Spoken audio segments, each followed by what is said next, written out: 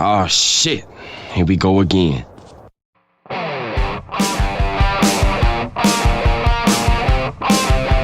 are we starting? I guess so. RB, you want to give me a clue? Yes, we're starting. What the hell, dude? Welcome, everybody, to another brand new episode of SEN Live on this Friday morning. You caught me watching the new Michael Bay trailer. What else can I do with my life? I love watching Michael Bay trailers.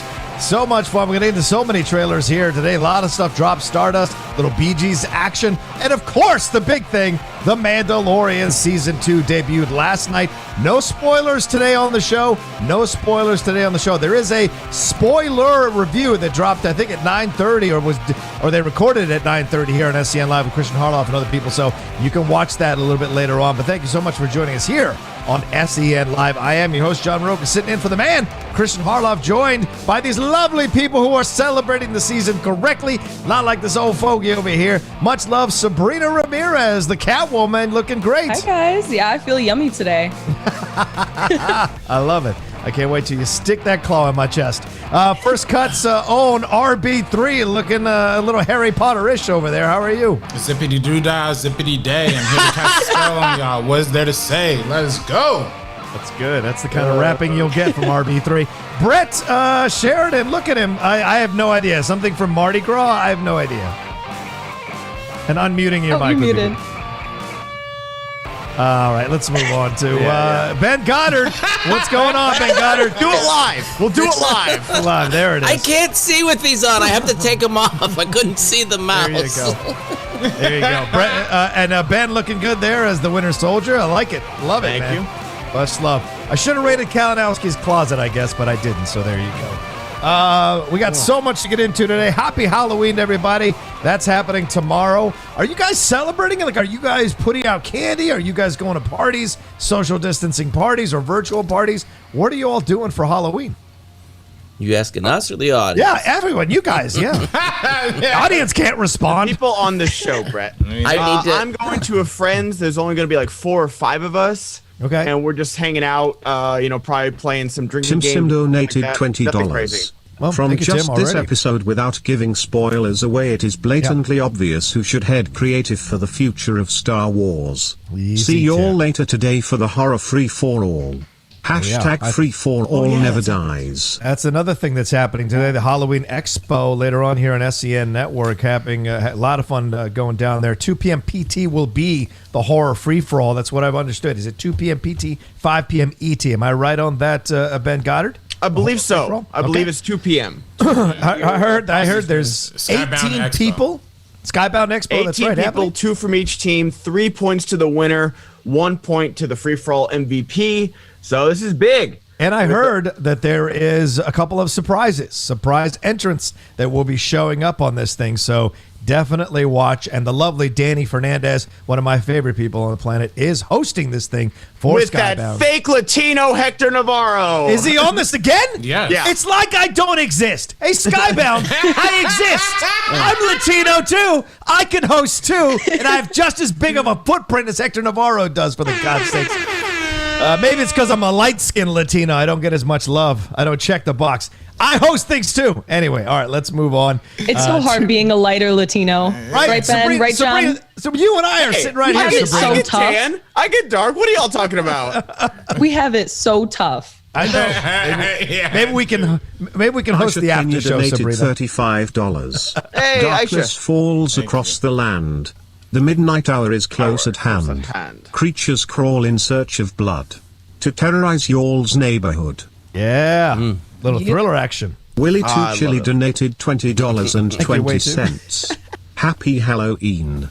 Woke up this morning and found out COVID is going to last for another 3 years in that Michael Bay produced Songbird move. Don't worry about a thing. Oh, we're going to talk about Songbird for sure. By the way, we will talk about it, but there are other producers on this film as well. So if you're going to go after Michael Bay, you better go after these other producers as well. Equality, people. That's what we're looking for in the world. All right. Anyway, anybody else got any Halloween plans? No, John. We're only blaming the white man on this one. Because you know what? Right. I want y'all to think I'm racist. I want you to think I hate white people. Go ahead, think it. Believe it. I hate y'all. Boom. Or I don't hate y'all, but I hate the stupid commenters. So. Yeah. Wow. Yeah. I apologize if that's what you're getting, RB. Yeah. Everybody knows you don't hate white people. You work for a white man, for God's sake. Christian Harloff. So colonizer cadavra. Yeah. Most white stupid people. Commenters. Yeah. They think I'm racist. It was just impossible. Stupid idiots. As I couldn't have put it more eloquently myself. There you go, RB. All right. Anyway, so if no one else has any other Halloween plans, let's jump into our first story. Well, no, actually, I do want to say, people, sending your Schmoebots and your super chats for what you're doing on Halloween, because there is a way you can tell us what you're doing. Sending those $20 donations or $30 donations on super chat and on the Streamlabs, and then you tell us what you're doing for Halloween. And tell us and the Schmoebots as well. Schmoebots, have the Schmobot tell us what you're doing. And let's get to $1,000 today. Let's break something big today to celebrate Mandalorian, celebrate Halloween. Send in all your donations today as we roll into a fun-ass weekend. So thank you all so much, and let's do this thing. All right, my man, Sebastian Stan, let's get it going. Well, we know what we're leading with today, guys. Mandalorian premiered last night at midnight. I thought the app was gonna crash. Last season, we didn't know if it was coming out like 3 a.m., 6 a.m., whatever it was doing. Yeah. But right at midnight, I refreshed that app and it was right there waiting for us. Yeah. So this is a non-spoiler, guys. So please keep that in the chat as well, and a little bit in the comments, or do the spoiler. ... Then leave your spoiler comment for people that haven't caught up with it, because again, it premiered at midnight or 3 a.m. last night on the East Coast. Yep. So, John, how'd you like this? Because there's a lot of hype around it, a little bit of controversy. Can't ignore that. Yeah. But how'd you like this premiere episode? I have to say I absolutely loved it, and I watched it twice before we got on to do the show today. Got up early this morning to watch. Did not want to stay up last night. Like you, Ben, I thought the app would crash. Any issues would be cleared up by the time I woke up in the morning. Rolled out of bed, got right onto the app, and watched it twice. Really, really enjoyed it. Loved it that they went back to what made season 1 work. This idea of a mission, a difficult mission, a team up. You got the old school cinematic Star Wars vibes to them. We got the desert, a lot of Lawrence of Arabia kind of references to it. Got some old school Star Wars clothes and looks, Tatooine, and of course there are a couple of awesome reveals for people that have already been rumored to be a part of this show. So no spoilers, but yes, a couple of people in rumored to be part of the show do show up in this episode. So overall, I thoroughly enjoyed it. I'm glad they didn't just pick up where we left off with the finale of the series last year, and I'm glad that they just went right into a new mission and then laid the groundwork for some stuff that's coming down the road. Perfect way to welcome you back into season 2, in my opinion. Can I ask a question for everybody? Because everyone, this is season 1 spoiler, so season 1 spoiler. Did all those Mandalorians, where like the welder person is, and the underground, armor, and then in the episode where they all come out and fight for him, did all those guys die? No, but he's moved on to a new town, and they're in that town, or they're in that area. Because we saw in the trailer, this again, not a spoiler, it's in the trailer where he's like, I need to find Mandalorians, and they can help me find Baby Yoda's species. So what happened to all those other Mandos?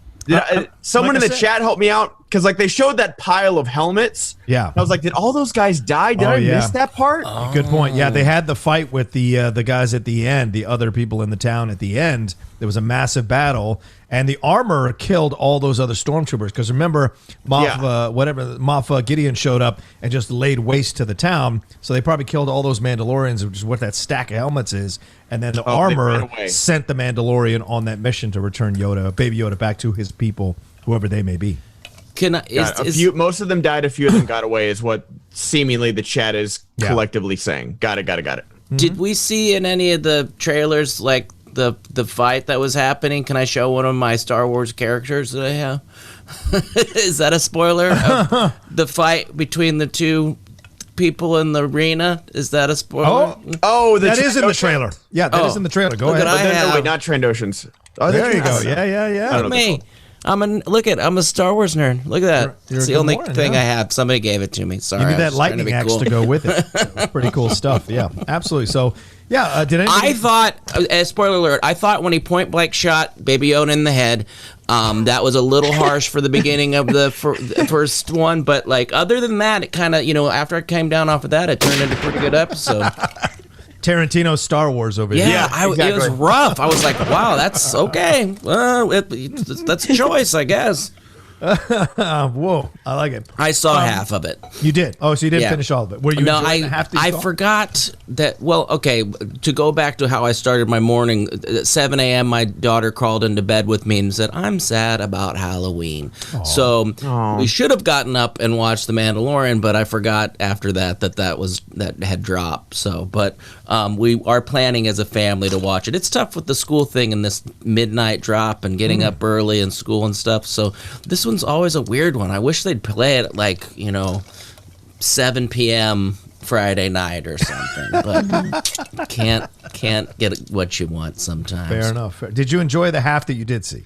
Yes, I did enjoy it, and it made me think back to your original tweet about The Mandalorian. I loved what was going on. The samurai western stuff? Yeah. And I was just like, anytime that there's any reference to either, I always just think about that. Yeah, it's so good.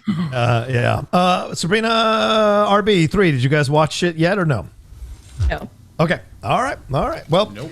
What did you think, Ben? You watched it, right? I even tweeted out that the first half of this episode is better than anything from season 1. Wow. Statement. Okay. One, I literally shouted out loud when a character appeared on screen. Yep. Because I didn't think I was going to get it that early, so I was very spoiled by this episode. Yeah. And then just again the story, this very Seven Samurai, Magnificent Seven, whichever one you want to pick. And I loved it. I loved everything about it. How'd you guys like the score? Brett, it's in the it drops the title card, the dun. But then when he's flying in space, it's this whole different, brighter score. How'd you guys like that? It took me a second, but it grew on me. Yeah, it was a bit of a strong transition. What'd you think, Brett? Yeah, I liked it. I mean, I'm not a big score guy, and I was mostly focused on just what was going on. So sometimes that stuff's just in the background for me. If I went and rewatched it, I would pay more attention. But honestly, I didn't notice any sort of different transition there. Oh yeah, definitely, because it was all like kind of moody and stuff with him trying to find the Mandalorian, the other Mandalorians, and the Gamorrean Guard fight and everything that happened there. And then all of a sudden, as soon as he's flying away in the space, it's like it's like all lighter. It was a big transition. Brett, when you watch it tonight with the family, can you look out for that and let me know? Yeah, definitely. Yeah. But overall, cool. Let us know what you guys thought. What did you think? Yeah, of and that's the it. Like, it's hard not to talk. Yeah, we need to have a discussion about what a spoiler is, because talking about what happens in the episode, like maybe not third act stuff, I don't feel are spoilers. Right. But at least for this first episode, and especially with some of the character reveals, I don't want to talk about, because I literally screamed out loud when someone came on screen. And so I don't want to spoil that big reveal for somebody else. Well, and also reinforced, I reached out to my Disney contact about getting these things early like I did last year, and he was like, they're not giving anything away early to any of the press because they don't want to ruin anything that is coming, because already you can tell from the first episode they're dropping spoilers like crazy in the first episode that people might reveal in their reviews early, and people going crazy on Twitter already revealing spoilers about the episode. So I think it's warranted, their process and their policy on doing that this time around. Nice, that's good.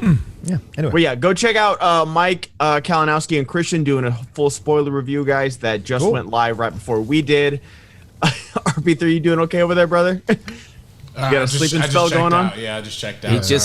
He's just hating on white people. Let's change it up. So guys, leave comments about what you guys thought of the episode. Make sure you title it spoiler. Do a little few space bars or enters right there. So don't spoil it for anybody. But let's talk about this Songbird trailer. That's not it wasn't in the rundown. But we have to talk about. Ben throwing a curve in here. Wasn't in the rundown. Yes, I do. All right. Oh my gosh. Who thought this was a good idea? How did this get by the many, many lines of producers, money people, conference rooms, and on writers, screen correctors, however movies get made? How did this get here? Someone explain how this got here. Sabrina, I'm going to start with you. Yeah. So I think it's just, it's Michael Bay. Maybe we can make some money off of that. Let's just go for it. And they're totally not reading the room, reading the world, thinking about how people are going to kind of see this film, because this not only is the premise bad, but it just looks awful. And the performances don't look great. And this doesn't look like anything I'd ever want to see. But I probably will. Why is it called Songbird? There's a ton of questions in there. Why is Demi Moore was in it, right? I saw it yesterday. Yeah, Demi Moore. Yep, why are these actors in this film? It's really confusing. I get it for like KJ Apa and stuff. Like I get that they're like young actors, so like maybe they're more prone to do something. But some of these people in the film, I'm just like, I don't understand. And like COVID-23, like. Oh my God! What? I mean, the film stars Demi Moore, Paul Walter Hauser, who of course is going to be a one-on-one with Christian, or has been already, I think. Peter Stormare, Alexandra Daddario, Bradley Whitford doing a little bit of work. Craig Robinson is in this thing.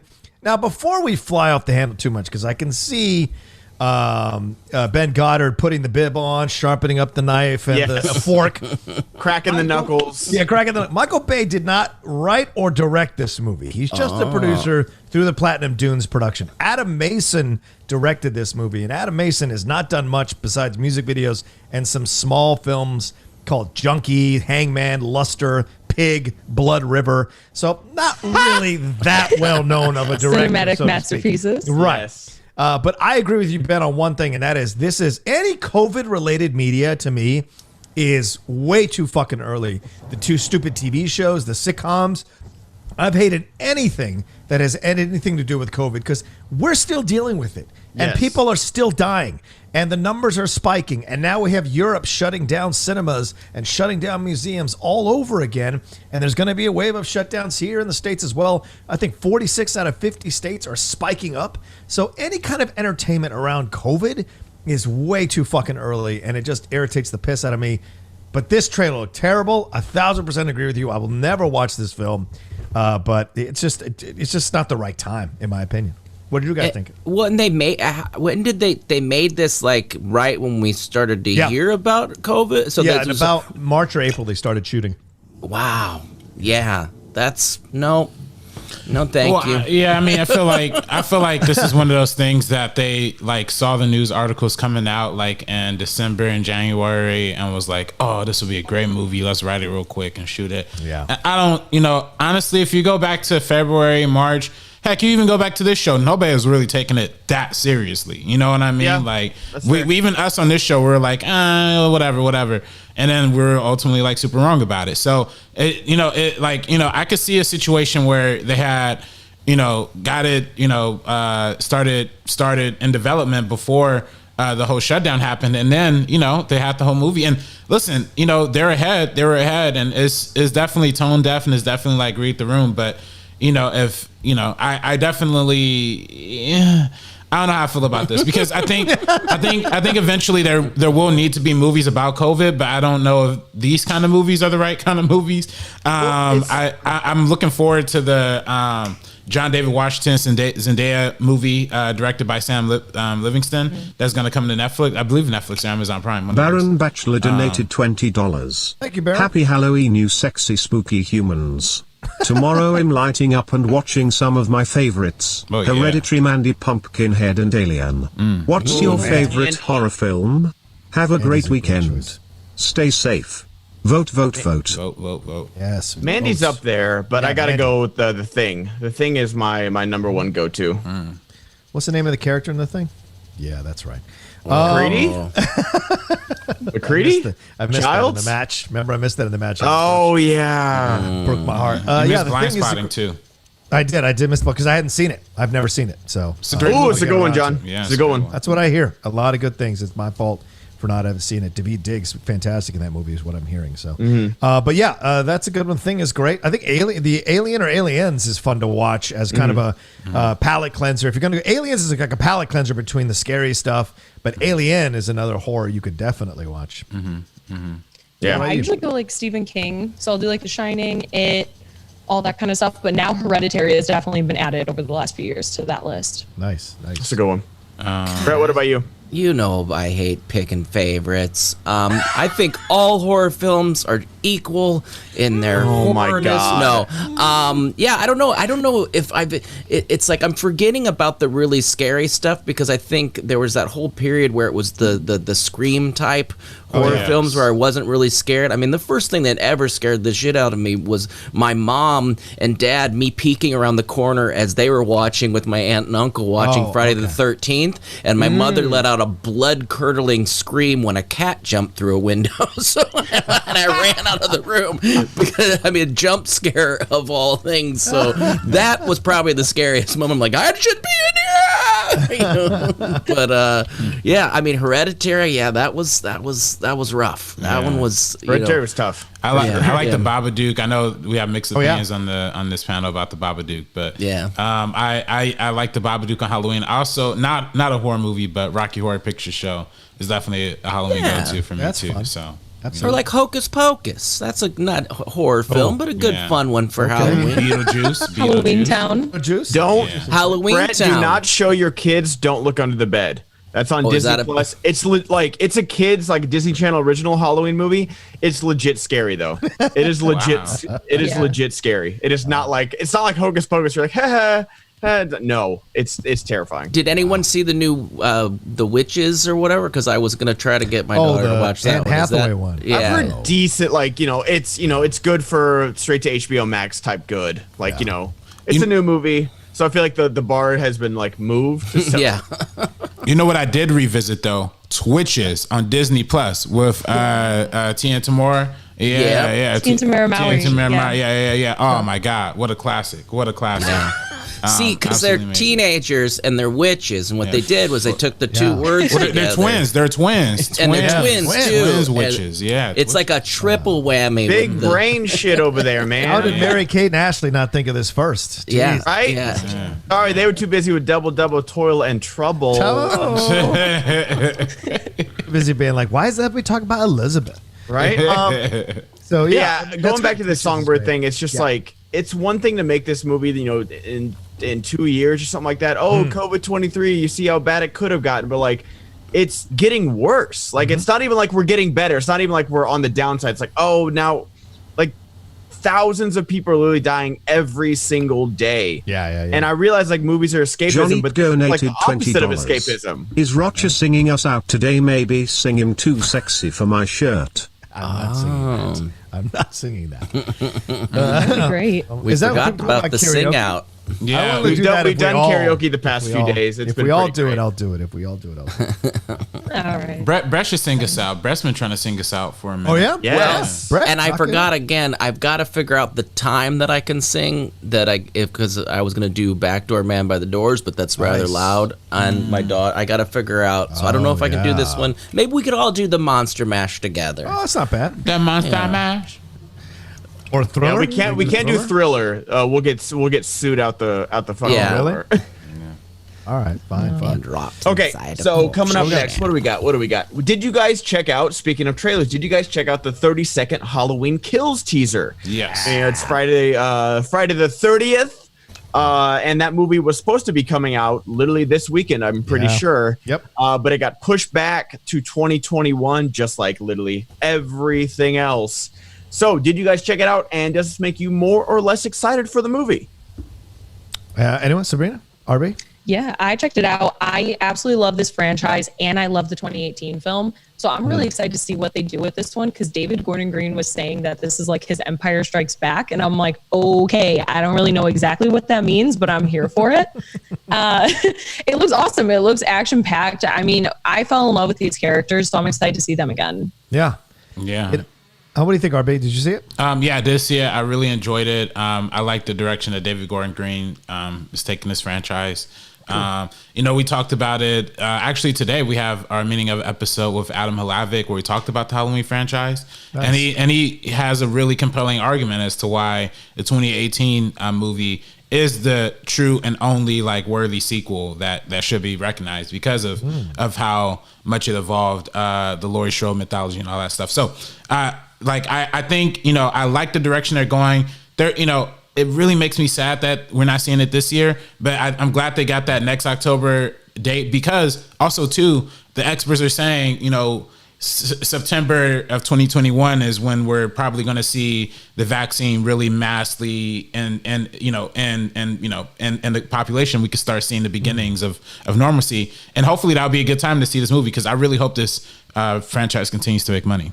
So, yeah, fair. Yeah. Ben, Brett, are you surprised that this didn't go to streaming? Anyone like Halloween? No, I'm not surprised. No, this is better in the theater. This is one of those films and one of these franchises, and I think they hold out until they can put it in the theater, because there's something about a communal scare that is essential to this franchise. I think you have to have people in the theater screaming at the same time, holding strangers by the arm because they're freaking out.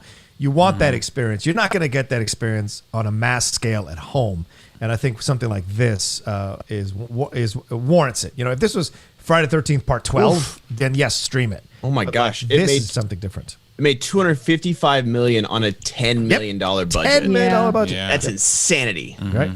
So that's why you want it, because you're going to make the money. Very true. Hold out. What'd you think, Brett? Did you watch it? No, I didn't watch it. I was watching a different trailer we were supposed to watch while you were talking. Is that cool? I got up and I went, shit, Mandalorian, and I started that, and then I kind of So this will be the first day that I'm not the only one that's seen all the trailers. So okay, interesting. I like the trailer. I love that we're getting Laurie Strode back. That we're getting his daughter, Emma Greer back, Judy Greer back, and her daughter. Oh my God, that name still escapes my head. Judy Greer and her daughter, all of them back together again on a Halloween thing. It looks good. And if he's calling it, and this is interesting you bring up, Sabrina, calling it as Empire Strikes Back. Empire Strikes is considered the greatest Star Wars film, pretty much by most people, a greatest Star Wars film ever. Is he trying to say that this is Nolan Day Palmer donated $20. Just dropping by to say Halloween is the best franchise of all time. Love you guys and happy Halloween. Be safe this weekend. You too. Wow. You too. Big statement. One, I hate that the sequel to Halloween is also called Halloween. But wouldn't son of a bitch, wouldn't 2018 Halloween be the Empire Strikes Back? Because that's the second one. Yeah, right. Like, I don't know. It's not that I like David Gordon Green. I didn't like the 2018 version at all. Like I thought it was going to be different, but Laurie Strode had 40 years to prepare, and all she did was make a fake basement and get good with a Winchester rifle. Well, it worked. Did it though? It worked mostly. He's always going to come back. He's always going to come back. I'm just saying, at least get go with a shotgun if you're going to be close quarters. But but at least it's not like a musket over there. But at least it's not like Rambo, where he got a whole military base in his basement. Like, Jesus Christ. Like, you see Rambo 5, this dude had a whole tunnel under his property. I'm just saying, Macaulay Culkin was more prepared than Laurie Strode, and he had like half an hour. That is not true. Macaulay Culkin ain't got shit on Michael Myers. Whoa. Yeah. You mean the wet bandits don't have anything? Yeah. The sticky bandits don't have anything on Michael Myers. That's true. Yeah. And Rambo's whole. I don't know, RB. Have you seen some of these people at these protests or at these doomsday preppers? I feel like they might have a basement full of shit. So it's kind of scary to think about. Yeah. I think there used to be a show, Doomsday Preppers, until it got like a little too real, where it was like, here's my basement full of guns. Next episode, here's my basement full of guns. Like, God damn it! Do you guys have anything else? Do you guys have canned food? MREs. Like, I think they were looking for like a bunch of Dwight Schrutes, but they just found like a bunch of really crazy armed to the teeth people. Militia guys. Here's where I'll hang people to torture them for information. All right, let's go. Okay, we're gonna wrap production, guys. That's season 1 for you. Scary. But no, I don't know. Like, I just feel like I hear like a lot of directors use the Empire Strikes Back because everybody wants to be that big best sequel of all time, and I'm hoping it is. I'd love to go to the theater and be scared and have a good time. The only thing I'm not hoping about this movie, I hope they don't kill Laurie in the first act for like this big twist, because I feel like that's like a thing for like these reboots and soft reboots and remakes and stuff. They always kill off, like in spoiler alert for Terminator Dark Fate. I was gonna say, I know what you're referencing. Yeah. Like they just like, oh, okay, cool, all right, but they still made the exact same movie, but they're like, oh, look at us, we're so edgy. Yeah. But here's the same exact movie you've seen 5 times before. killing Baby Yoda in the first episode. Yeah, of killing Baby Mandalorian, Yoda. Like they did that. Like it's not a spoiler, but just It's gonna be really divided. Listen, all I want is this movie to be just as good, if not better, than Jurassic Park: Fallen Kingdom. That's all I want. It could be a low fucking bar. RB3, man. It's got to be a 10 out of 10 to be better than that. A 10 out of 10. I know what y'all talking about. 10 out of 10. He says. Okay, I'm with the commenters. You're a racist. Dang, I think I hate white people too. Doggone it. Yeah, oh, man. That's why it's only white people died in Fallen Kingdom. That's why everybody likes it so much. Yeah, exactly. Just cheering for the dinosaurs. Oh my gosh. White people dinosaur. Yeah, eat them. Yeah. Anyway, all right. Let's. Do we have a read? Do we have a read right now or later? Yeah, let's do it. Let me. Now that I don't have my glasses that look like toilet seats, I can actually read something. I love it. So, hey, folks, fans, you want to get fresh, pre-measured ingredients and mouth-washing? Oh gosh, I gotta take these up. They jingle a little too much. Mouth-watering seasonal recipes delivered right to your door with HelloFresh, America's #1 meal kit. Well, let me tell you a little bit about HelloFresh. It offers convenient delivery right to your doorstep for easy home cooking for the family. The recipes are easy to follow and quick to make. Simple steps, pictures to guide you along, which I really love. I'm a visual guy. I need the pictures to see, okay, that's what I'm cutting up, because sometimes I don't know what a leek looks like. HelloFresh cuts out stressful meal planning and grocery store trips, so you can enjoy cooking and get dinner to the table in about 30 minutes or less. That is awesome. There's something for everyone. There's low carb, vegetarian, and kid friendly, which is the one we get. And over 90% of the ingredients are sourced directly from grocers to ensure the freshest recipes delivered to your door. They deliver it in pre-portioned ingredients, so you're not overbuying, which happens a lot for me. I overbuy, and I said this before, and I just think, it's funny myself, and I'll keep repeating it. Nobody needs a bushel of cilantro. I've never cooked anything where I've needed this much cilantro before. So they give you just what you need. They aren't a burden on the planet, that is, without all this waste. And their packaging is also made entirely from recyclable or already recycled content. It's easy to change your delivery days and food preferences, or skip a week whenever you need to, which is nice. HelloFresh donated over 2.5 million meals to charity in 2019, and this year they're stepping up food donations to local communities amid the coronavirus crisis.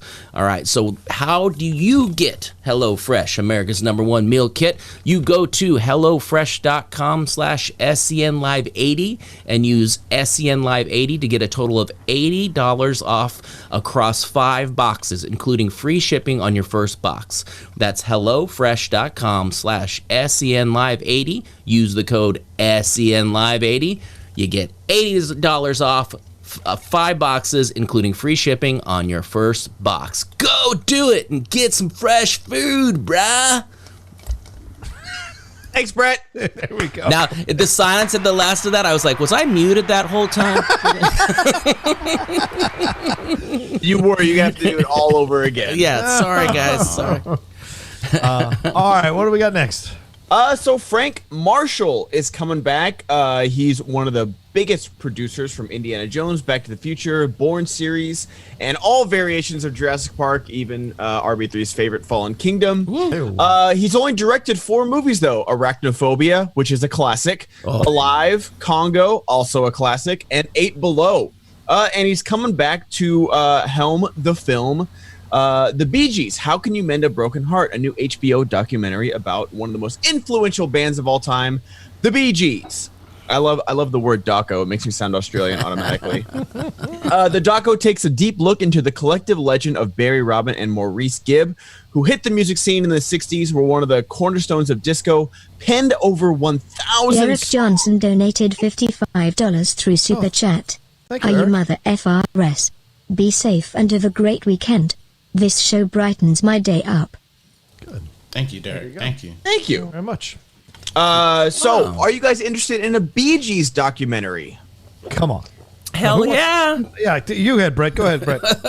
Yes, I'm interested in the Bee Gees documentary. The Bee Gees were the best, man. And there's some tragedy in there, and no pun intended. Yeah. I think they're they get a bad rap because of the SNL sketches and things like that. But I mean, you can't not dance to those Bee Gees songs, man. Oh my God, they're so good. It's so good. Yep, agreed. I'm excited for it, and you're getting like from the trailer, right? It's only 1 minute trailer. You get Justin Timberlake, you get the Jonas Brothers, the guy Joe Jonas brother. You get them all talking about what it's like to be in a brother group or in a big band that becomes famous, or in a boy band that becomes famous. But the Bee Gees played all their instruments, wrote pretty much all their music, and they came out of a small town in Australia. So you talk about them and how they exploded, and they went through multiple phases. People do remember the disco stuff, but they kept going into the 80s, into the 90s. And before that, they had a lot of hits in the 50s and 60s. So this is a group that spanned the test of time. And you're right, Brett, a lot of tragedy here because they also had a lot of fights between each other. There was a lot of anger amongst siblings. Barry Gibb is the last one still around. Robin and Maurice, I think, both died of cancer. So what they had to go through, and then of course losing their younger brother Andy, who was a big hit in the 70s and a heartthrob to drug addiction. So there's a lot in this story that is very tragic, along with this incredible success and decades long staying power in the industry. So I was wondering, I was like, there's no way they got Justin Timberlake in this documentary because of that terrible SNL skit, right? Of course it was. Of course it was. But no, I definitely, because I don't really know much about the Bee Gees. Wow. Like, we know a lot about, Rolling Stones. I knew plenty about Queen before it happened. And we got, another biopic coming out that we'll talk about right after this. Yeah. But I don't know anything about the Bee Gees history, and I love their hit songs. So I'm definitely looking forward to this. I didn't know they were brothers until this moment. Wow. I swear. Like I don't know anything about this band besides loving their music. So I'm definitely looking forward to this for sure. Yeah, I'm always really interested in seeing documentaries about like bands, artists, people that I don't really know a lot into their personal life. Mm-hmm. I'm not even a huge Bee Gees fan, but I love the Leonard and Marianne documentary that came out earlier this year. Absolutely love that. And I was a huge fan of Leonard Cohen. Didn't know about his life, and I just thought that was so beautiful. So I'll definitely be checking this one out. That was the one, Leonard Cohen, Marianne Faithfull. Is it exploring their relationship? Is that what that was? Yeah. Yeah. I got to see that one. I like Leonard as well. Oh boy, here comes RB3 with some racist bullshit. With some anti-whiteness, yeah. Sounds like some white people bullshit to me. Whiter than white America, Australian white. Yeah, these Bee Gees just so white. What rhymes with Bee Gees? Nazis. That's what these ones. But not in all seriousness though, I do really love music documentaries too. I actually started that. Christian's been recommending that Beastie Boys one on Apple Music for a long time. So I was actually actually just started it last night and finished it yet. But it was actually really good, and I enjoyed taking those looks into people's lives that I wouldn't have known about. Also too, Martin Scorsese had another one for HBO about the Beatle. George Harrison? Yeah, George Harrison. Yes, in the material world, Spirits in the Material World. Yeah. It was really good, which is really, really good too. So again, I'm all for it. I like it. And I also enjoy the idea of like Frank Marshall coming out of kind of a semi-retirement. He hasn't done it stuff in a long time, but he's obviously really passionate about it. So I'm excited to see it. Yeah, I just watched the One Direction one the other day. That was really good. Martin Scorsese was in that one. It's on streaming, guys. Check it out. Oh, shoot. He actually is. Martin Scorsese's in the One Direction like little doc they did. Yeah, they're fantastic. Great stuff. He ends it. This is why you're beautiful. You don't know you're beautiful. This is cinema. This is cinema. This is right here. None of this Marvel shit. Give me more One Direction. From the Harry Styles stan. He has a Twitter account. He's waiting for their hiatus to be over. Yes. St. Martin. Yes. Story of my life. One Direction. That's the story of my life. I watched a little bit of the, like, if they took out the intersecting of like 12-year-old girls saying how much they love Justin Bieber. The first 20 minutes of that Justin Bieber documentary was pretty good. Oh yeah. Because like by John he's like a 3-year-old drumming and like playing guitar. The kid's crazy talented. Oh yeah. But it was just like every 5 minutes it was like, like 12-year-olds like, we're believers. I was like, I get it, Justin. We know you're huge. Like I'm trying to know more about you and not hate you. At the time, like he was like the worst human, like being a little asshole. I would love to see a Justin documentary now, though. Like, I would love to see like a 10 years, 15 years later, like how he's doing now. Obviously, he's in that like really weird church or whatever. But I mean, I love to see what he's doing, like with his personal life and how he's handled.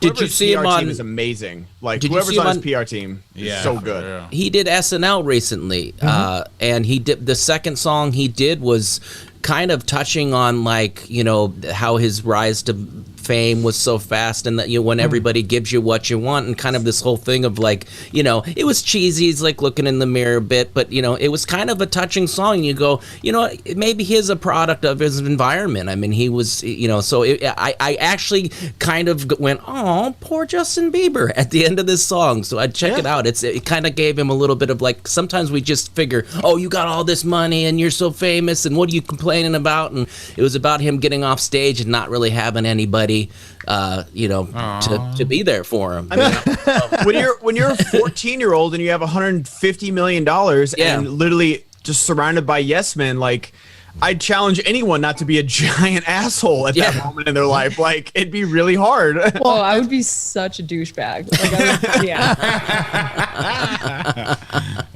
I mean that's what happens, right? I mean, Barry Gibb says that in the trailer. He says, no one can teach you how to, what it's like to be famous. So when you become famous, it's also overwhelming and you don't know what to do. And especially when you're young, for God's sakes, why not? Yeah. That's why these child actors. I mean, man, Justin got it better than most of these child actors. Yeah. He actually, he's not doing that bad as compared to a lot of people. So his last 3 years of music, RB, I'm telling you something. I never, ever, ever in my life thought I would have Justin Bieber music on my iPod or on my, and the last 3 years of music, his stuff with the Chainsmokers, his other stuff, his other like EDM inspired type stuff, I have absolutely loved. So I'm surprised that he's kind of branched into this area. And you're right, what you're talking about, RB, if we go back and if we do a documentary of the last 10 years, be interesting to see how his musical tastes have changed and how he has changed as a human being, for sure. Yeah. Well, like I said, his PR team and Tom Cruise PR team are like God level. Yeah. Because like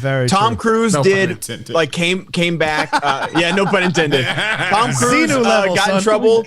Did Tropic Thunder, then did Valkyrie, which is an anti-Nazi movie, which is what everyone wants to see. And then Justin Bieber did the Comedy Central roast. Yeah. He put a bunch of dance choreographers in his music videos. Like he wasn't in half his music videos when he was doing on his comeback tour, and he's done everything right since then. So by the way, Pearl Jam 20, another good music documentary. Wasn't a big Pearl Jam fan until I watched that documentary. Ooh, I haven't seen that.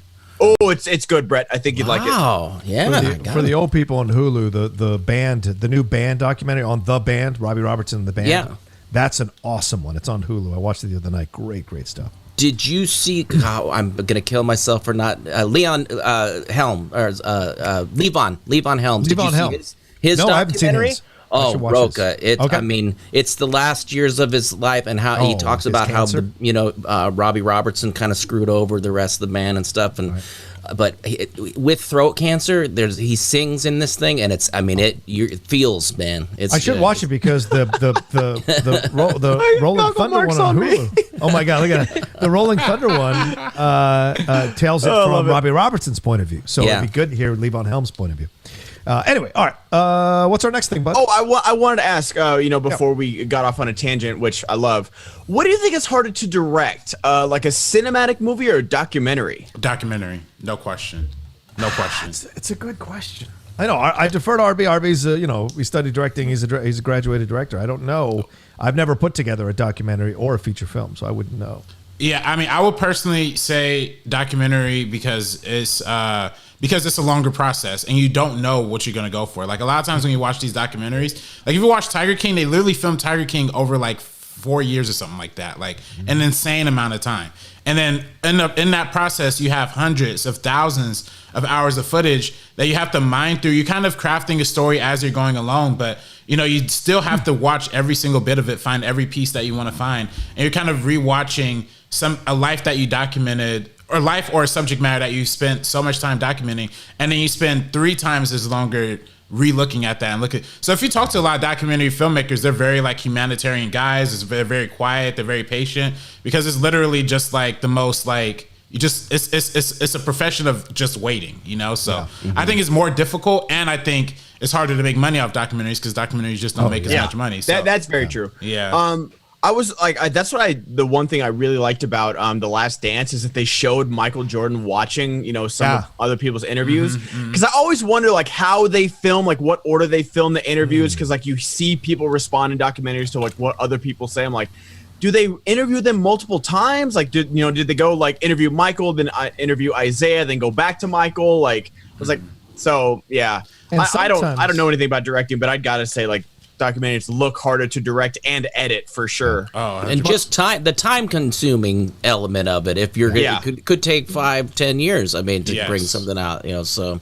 Well, one of the things that I did over at Collider was the deep cut, and I loved bringing in documentary filmmakers. And Todd Douglas Miller, who did Apollo 11, he went through like 11,000 hours of footage with his team to watch all that stuff, to figure out what angle. And I think he said that multiple times they thought they had an angle, and then the angle just fizzled out, and they had to start all over again to figure out what their entry point and what their overall story was going to be. Other than just telling the story of them landing on the moon, it was about how they got there, what it is what was really essential, and cutting out and figuring out what to keep in and what to keep out. So I think RB3 is right. There's an extensive amount of work you have to do. Paul Love was amazing. I got to see that. They was like had like a weekend in theaters, and I caught it in there, and it was just like, this is like Hidden Figures doesn't do the math justice of what they did for those. The imposter among us donated $20. Will SEN join in on the Among US craze?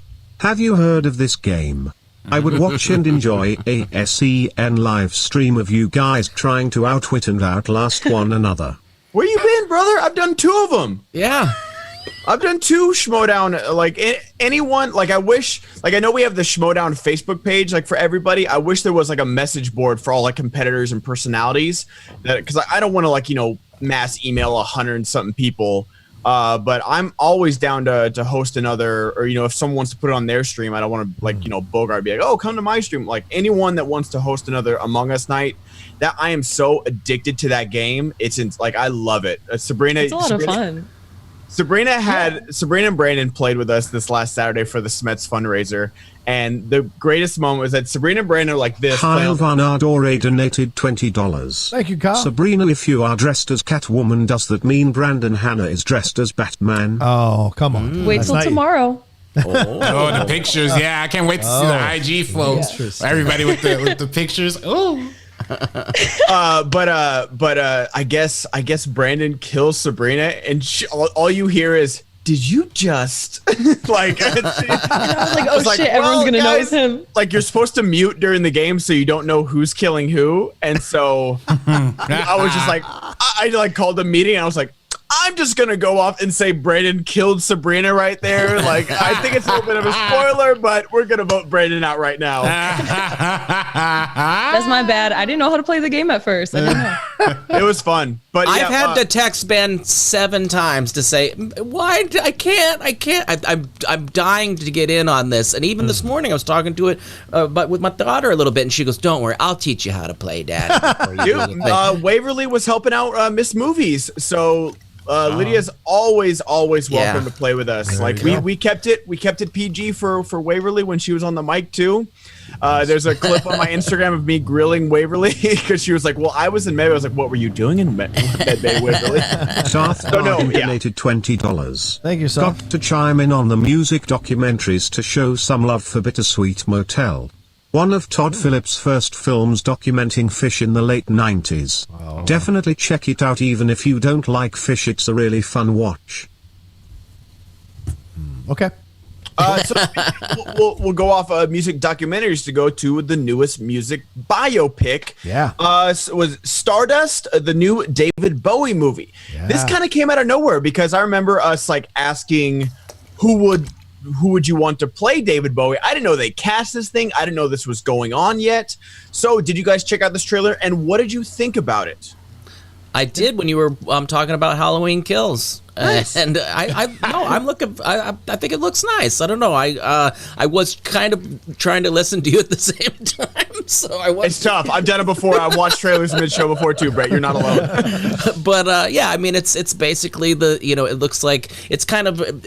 I would equate it to the Dylan going from acoustic to electric kind of thing. How he was just kind of a regular musician and needed some flair, I guess, is going to be when he becomes Ziggy Stardust and not just David Bowie. But I don't know what I'm interested in. I bet Rocha has opinion on this. Yeah, well, I interviewed Johnny Flynn for Emma at the beginning of the year. God, that's crazy. It feels like 20 years ago. But right after they had let me go at Collider and I was starting up Outlaw Nation, I was very lucky to land an interview with Johnny Flynn when he was promoting Emma for the Deep Cut. We sat down and talked about it, and he was knee deep in shooting Stardust at the time when he was doing this, or he just finished shooting it or was about to start shooting it. And we spoke about it, and he was very intimidated by taking on this iconic character, but he was very inspired by the story because it's about David Bowie at a crisis of confidence for his career at this time. And I think his brother has just passed and his music is not selling. He doesn't know what to do. He doesn't know how to get there. And it's that, as you see in the trailer, it's that relationship with this producer who ends up yielding this idea for Ziggy Stardust, which of course revitalizes David Bowie's career and sends him into the stratosphere for the rest of his life. But he said it was just an incredible thing to take on. So to see this trailer and to see how Johnny is metamorphosized into David Bowie at this time just is fantastic. So I'm excited for it. I love a biopic. You guys know I love a biopic, but I hope this is a damn good one because David Bowie is one of the most incredible artists we've ever had. And I hope it's inspiring for people who are watching this too, that, hey, even the great ones have crisis of confidence and question whether they're ever going to make it or ever going to be that superstar they want to be. So I think this is an essential film to come out at this time for a lot of people who are trying to figure out where they're going to go or what they're going to do with their lives. And have confidence. I think it's interesting because they're not going to use any of his music in it. I know his family didn't give them the blessing, and it's telling a specific story where I guess you don't need it, but would that have possibly elevated it? I'm going into it a little hesitant for that way because I know David Bowie had spoken that he didn't want any movies made about his life, anything like that. So I'm like, could this have been a better documentary possibly? And then it would be something that tells his story, just like how, we're just talking about music documentaries. I feel like that might have been a little bit better of a route to take with this story, but I'll still definitely check it out. And the trailer looks pretty great. That kind of changes my mind about if he didn't want this and it's unauthorized, that's a little, it looks, wow, that's okay. That's interesting. On one hand, I'm with Sabrina on that. I'm a little hesitant since they can't use the music, but on the other hand, I'm excited that they don't have that crutch to lean on because I feel like Bohemian Rhapsody, I was a sucker for it too. I'm not saying I didn't, in hindsight, I don't like Bohemian Rhapsody at all. But man, that Live Aid performance at the end, when you're sitting in the theater listening to Queen on the big screen and with the big speakers, they get you. They fool you in that last 15 minutes. You're like, oh, that was a good movie. Okay. It's because it's Queen.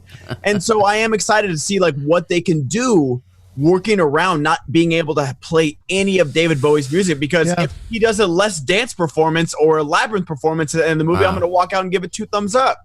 Yeah. I don't know how I feel about the movie. The trailer didn't do much for me, but it at least got me curious because I do want to know more about David Bowie. But I think I am in the camp of I'd rather see a documentary than a biopic because music biopics have gotten a little bland for me. Rocket Man really reinvigorated me, but this didn't seem like it has that Rocket Man flavor to it. Yeah, it's a smaller for sure. But you see shades of Space Oddity in the trailer, so I wonder how they're going to get away. Sabrina, as you mentioned, they're not using their music, so his music. So how do you get away with shots of Space Oddity without using his music? It's going to be interesting how they walk that line. I wonder.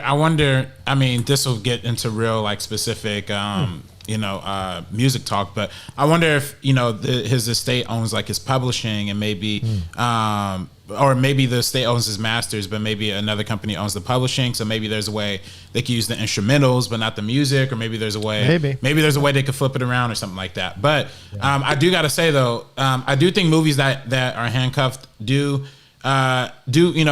shows you how creative the filmmaker is. Like for Ava DuVernay Salma, like she didn't have any rights to any of the speeches and didn't have the approval of the Martin Luther King family, but it was still an amazing movie, and it was amazing. But it was because I guess Steven Spielberg had bought the rights for the Martin Luther King stuff or whatever. So it was she kind of went on. You needed rights to those speeches. Stone That's crazy. Cold Steve Coldstone donated $20. Thank you, Stone I'm Cold. the biggest Bowie fan, and I really want a good Bowie biopic, but this does not look like it. Also, they don't have the rights to any of his music. What the hell is that? Yeah. It's a fair point. It's a fair point. I'm just being RB3, like you said with Selma. I didn't know that either. I didn't know that you needed rights to speeches. I didn't know that was a thing. But I'm excited to see what the filmmakers can do in spite of it, and that they're not leaning on it to where like, oh, David Bowie, he got famous from Ziggy Stardust, then he did a lot of drugs, then he came back with Labyrinth, then he did a lot of drugs, then he came back with, it's like, okay, because that's what Bohemian Rhapsody was. It was like it was drugs. Another one bites the dust. Drugs. We will rock you. It's like, okay, cool. Yeah. Like we know. Yeah, I mean, you mentioned this, and Duncan Jones, David Bowie's son, director Duncan Jones, stepped forward and said on Twitter, he said, quote, "This movie won't have any of Dad's music in it, and I can't imagine that changing. If you want to see a biopic without his music or the family's blessing, that's up to the audience." Wow. And it's being directed by a documentary filmmaker, Gabrielle Range. So maybe it'll have a documentary feel to it, even though it's a musical biopic. I don't know. So it's interesting. Yeah, but going off of what you said, Johnny Flynn is so talented. Oh, yeah. I saw him in this show called Scrotal Recall, and they ended up changing it to Lovesick. Yep, Lovesick. And it was like a British. It was literally called Scrotal Recall. It's about a guy who gets like an STD, and then he's going through all his like past relationships, past experiences. It was so good though. Like don't judge it off the name. It was an awesome show, and he was great. So I'm excited to see what he does. Dragon Reborn in the chat says pull a 30 Rock with Janis Joplin. What did they name Janis Joplin in 30 Rock? I gotta look that up. It's Joni totally Jop or something like that. Has anybody done a good Joplin doc or documentary? Biopic? Yes, there is a good documentary on her that came out maybe 3 years ago that I would absolutely say it's fantastic. But music wise, no, because they tried to do one that, remember, I don't know if you remember it, Melissa Etheridge was rumored to be doing it. Then there was rumors about Renee Zellweger or Jewel doing her biopic, but it never came off. It never came off. Jackie Jormp. Jackie, they couldn't get the rights to anything Janis Joplin, so it ended up being like they kept losing like the music rights and the naming rights, and then ended up being Jackie Jormp. Don't you think Renee Zellweger is a little old to play Janis Joplin? No, this was years ago, bro. Yeah. This was years ago when she had just come. I think when she just come off Chicago, they were looking at her in the early 2000s. And no offense to Janis, she was a little toe up. She was a little, I mean, I'm just saying, she lived a rough life. She didn't, I don't think you have to necessarily, be her age. I'm not. Listen, hey, I love Janis Joplin, one of my favorite. I mean, just the most soul. You know what I'm saying? Don't get me wrong. She was ugly, is what I'm saying. Don't get me wrong. I'm just saying. No, weathered. I weathered. Weathered. You could tell. You could tell she was hitting the drugs and the booze pretty hard. It just sun for a while. Kill your career right now. We started it with she a little tore up. Janis Joplin is part of the 27 Club, though, right? I think so.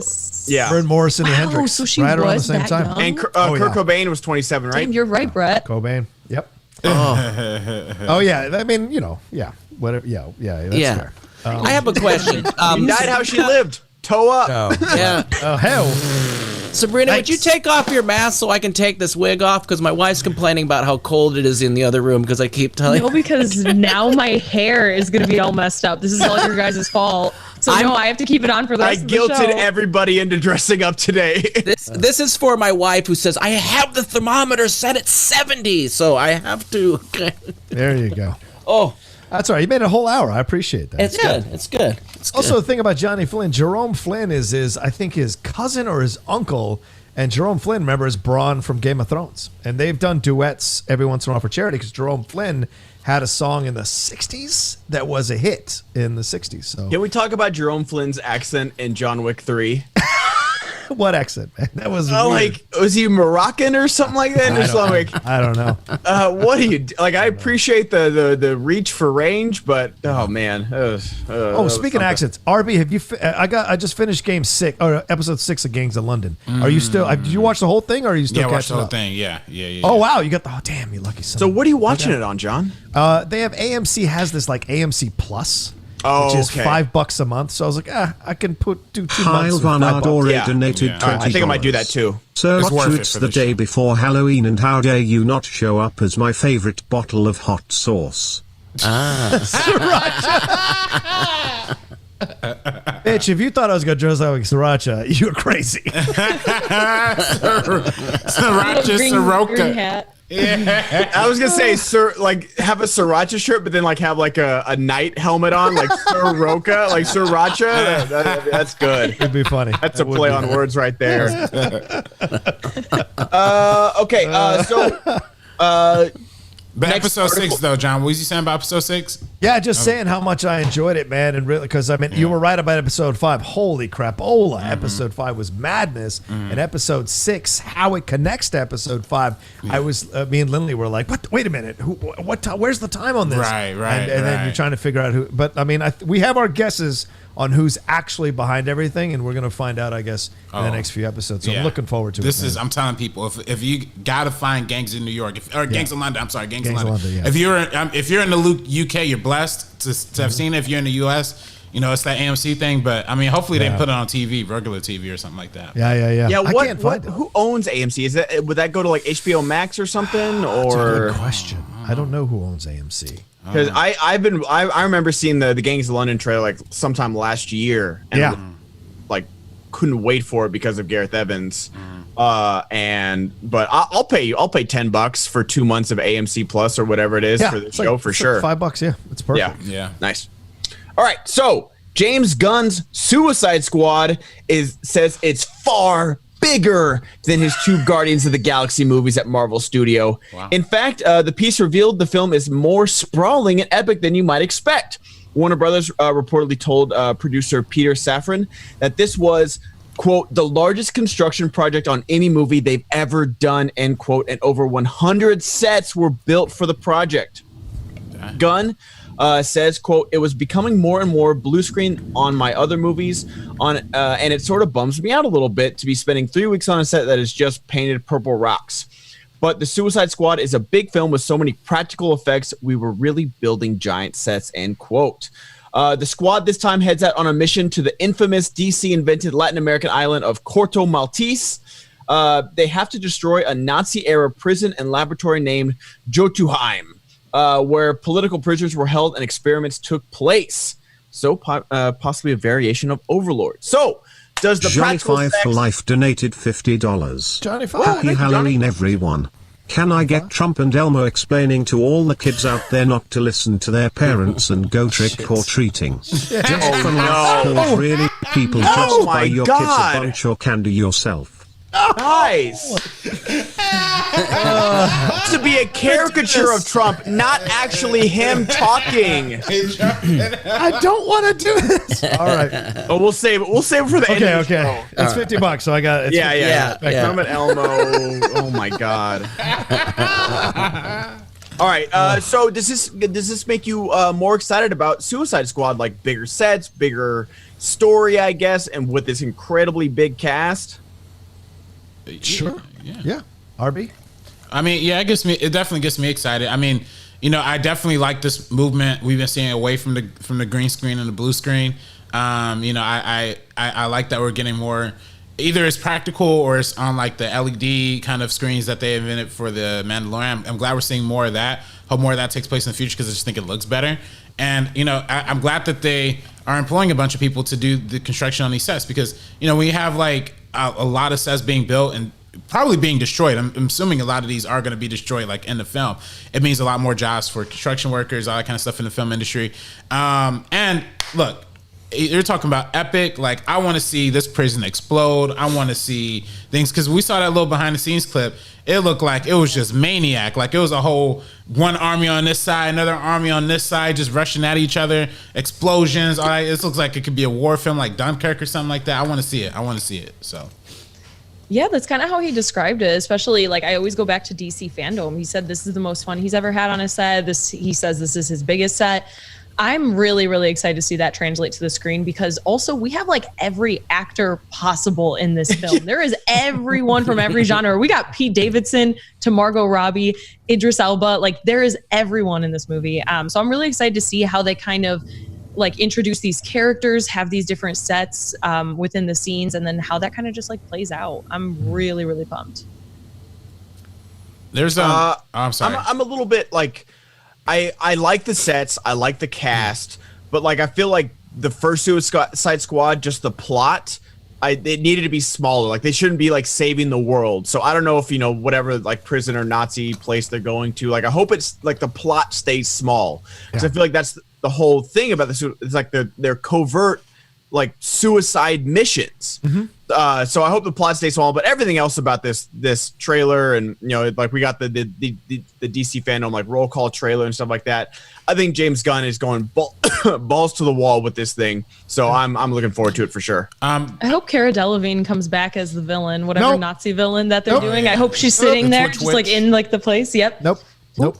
I do want to say though, I don't know if y'all saw those comments. I don't know if they're true or not, but apparently Warner Brothers gave James Gunn the green light to kill anybody, including Margot Robbie's Harley Quinn, which is like insane to me because like they literally based the whole movie around her. But I don't know what y'all think about that. I don't know if that's true or not. I gotta find that quote, but I speak for RB3 when I say kill all the white superheroes. Kill them all. Yeah, kill them all. White superheroes. Yeah. Just keep Pete Davidson because you can't really tell what race he is necessarily. So just keep him, let him survive. It's a little ambiguous. Yeah, he's a little ambiguous with that.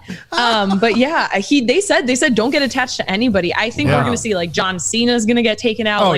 I'm excited to see all of this happen because obviously he has a spin-off show, so I feel like he's just going to be a standout by the end of it. Yeah, that's been the rumor, right? That they're going to kill they're going to kill the first team that goes in, like they're entirely all going to die or whatever, and then the actual team is going to go in. And you're right, it's weird. Peacemaker, they're spinning it off. It might be a prequel. It might be what leads him to become Peacemaker, and then of course we know he dies. I just love the set photos because like here I'm gonna share my screen real quick, just because like Weasel and King Shark. Oh my gosh, I just got a flashback. I love them. King Shark in Harley Quinn series, the animated show, is the best part about it. But like, just look at these costumes. Like they just don't care. Like you know, Marvel like makes them more realistic and like you know like Hawkeye and Scarlet Witch and stuff like that, but. These costumes look so ridiculous, and I love it. Yes. I love how these costumes look. What's the one on the left? That's Polka Dot Man. Yeah, no, you're shitting me. That's a real. That's a real man. Yeah. Brett, your fucking lucky Condiment King isn't in this thing, Brett. Right? I heard about Condiment King, and I was like, I thought people were making these up. I thought I was being goofed on. Oh my gosh, that is. Polka Dot Man. I thought that was a visual effects dude looking. Yeah, I thought I was doing with the balls on him. Mocap. Little mocap. Imagine submitting that. I got a new villain, Polka Dot Man. You're gonna love it. You're gonna love it. Oh my gosh. Yeah, so I do love that. Like, I love that side by side comparison where John Cena and Polka Dot Man look next to like MCU heroes. We're doing both. We're doing both. You just have to deal with it. Yeah. That's a Brett shirt right there. You're shitting me. Just don't kill. Yeah, that's actually kind of funny. You show something Brett's never seen. You're like, what? Alrighty, guys. We're about $175 away from our usual $500 goal. Damn, come on, people. It's $800. You know what? I'll say if we get to 800, the one karaoke song I can do is "What's This" from Nightmare Before Christmas. I'll do that. If Brad doesn't want to do karaoke because he's got kids zooming and stuff like that, I get it. But I'll do Nightmare Before Christmas. What is this? Because you know what? That is the Halloween to Christmas transition. It's true. This is our last Halloween show. If you guys want to get us to 800, that'll be the goal for today. But you know, we'll probably actually get people refunding their donations. Like, no. How are you doing the karaoke? Is it through a program? How are you guys doing the karaoke here? Just sharing my audio. We did it. Perfect. We did it yesterday with Clark Wolf, and Clark Wolf killed Bare Naked Ladies. She likes to sing. Span 1 week. She did like the fast rap part and everything. Oh yeah. Wow. Good like that. I think, Rocha, you and I would have to do a pre-show thing where we figure out, because we did kind of have to walk, and I didn't know how to do it. RB3 was walking Clark through the setup, and that was some good content. So I think I will eventually do it if I find the time slot that works that I can be yelling in here. But I do think that us old fellas probably should learn how to screen share just the audio before. I'll do La Bamba. La bamba. Yeah. Maybe Sabrina and I could do a Mark Anthony and J-Lo duet. Hey, let's do it. I don't know. Could Sabrina do the J-Lo song where she says the N-word? Yeah, you and Sabrina can do that. $20. Thanks to And that guy. whosoever shall be found without the soul for getting down must stand and face the hounds of hell and rot inside a corpse's shell. Hey, Vincent Price, not a bad rapper, ladies and gentlemen. Not a bad rapper. Yes. And rot inside a corpse's shell. Don't tell me nothing about this. Sabrina and RB3 will do a Ja Rule J-Lo song. Oh yeah, I'm down for that. Yeah, those are bops. Because real. Because I'm I hate that song. walk where you talk. Where you walk. Who told Ja Rule to do that? We told J-Lo to do that. Anyway. All right. Oh, that's true. Don't say anything about the queen. I'm so Let's real. go. I'm just so real. Don't let John Rocha get started on J-Lo. Hey, don't get me started. Roxy will call in. All right, let's go. Oh, well, that's all the news today, guys. So send your Streamlabs and Super Chats. Ask us some questions. I'm going to start on these a little early, but keep sending them in. We have the $800 goal for karaoke. Do it. Cody Allen. I don't know why it made me laugh so hard, but yesterday when Christian or Brett, I can't remember who it was, read the words, Das ist der Wig on the German Mandalorian poster, I about died. I think that was actually Kate. Oh, really? Somebody. Yeah. I think that's the way in German. Das. It would be Das is der Wig or something. I don't know, but yeah, somebody read it and it was, and it might have been me doing it wrong too. And I actually know phonetically how to read German words. Ain't nothing but white people in Germany, so I don't care anyway. Right. 50 Shades of Geek. Cutting off Mike Wazowski's legs is the same as beheading him. Happy Halloween, everybody. Another Mike Wazowski. What did Mike Wazowski do to you? Oh my God. Honestly, yesterday it was Mike Wazowski nodding is the same as him twerking. That's my favorite visual. And Wayne donated $20. Thank you. The foulest stench is in the air, the funk of 40,000 years, and grisly ghouls from every tomb are closing in to seal your doom, and though you fight to stay alive, your body starts to shiver, for no mere mortal can resist the evil of the thriller. Wow. Now it's official. That's my mind. I will say, like, I wish the music video version of this song was like the radio version, because like I like hearing the chorus like after both verses, because like it really builds to it in the music video and it's good. I legit was like in front of the television when that dropped, waiting for that to come out. Really? Yeah. Oh yeah. I made my parents get get cable so we could have MTV for that Michael Jackson premiere of Thriller. I watched the first day of MTV. My dad worked for the cable company, and I went to like this little thing, and I had little swag from it before it was going to drop, and all this with the little Moon Man and things like that. So I saw the impetus of MTV, and then it just turned into reality TV. Oh man, where's the music, man? Yo, where's the videos, man?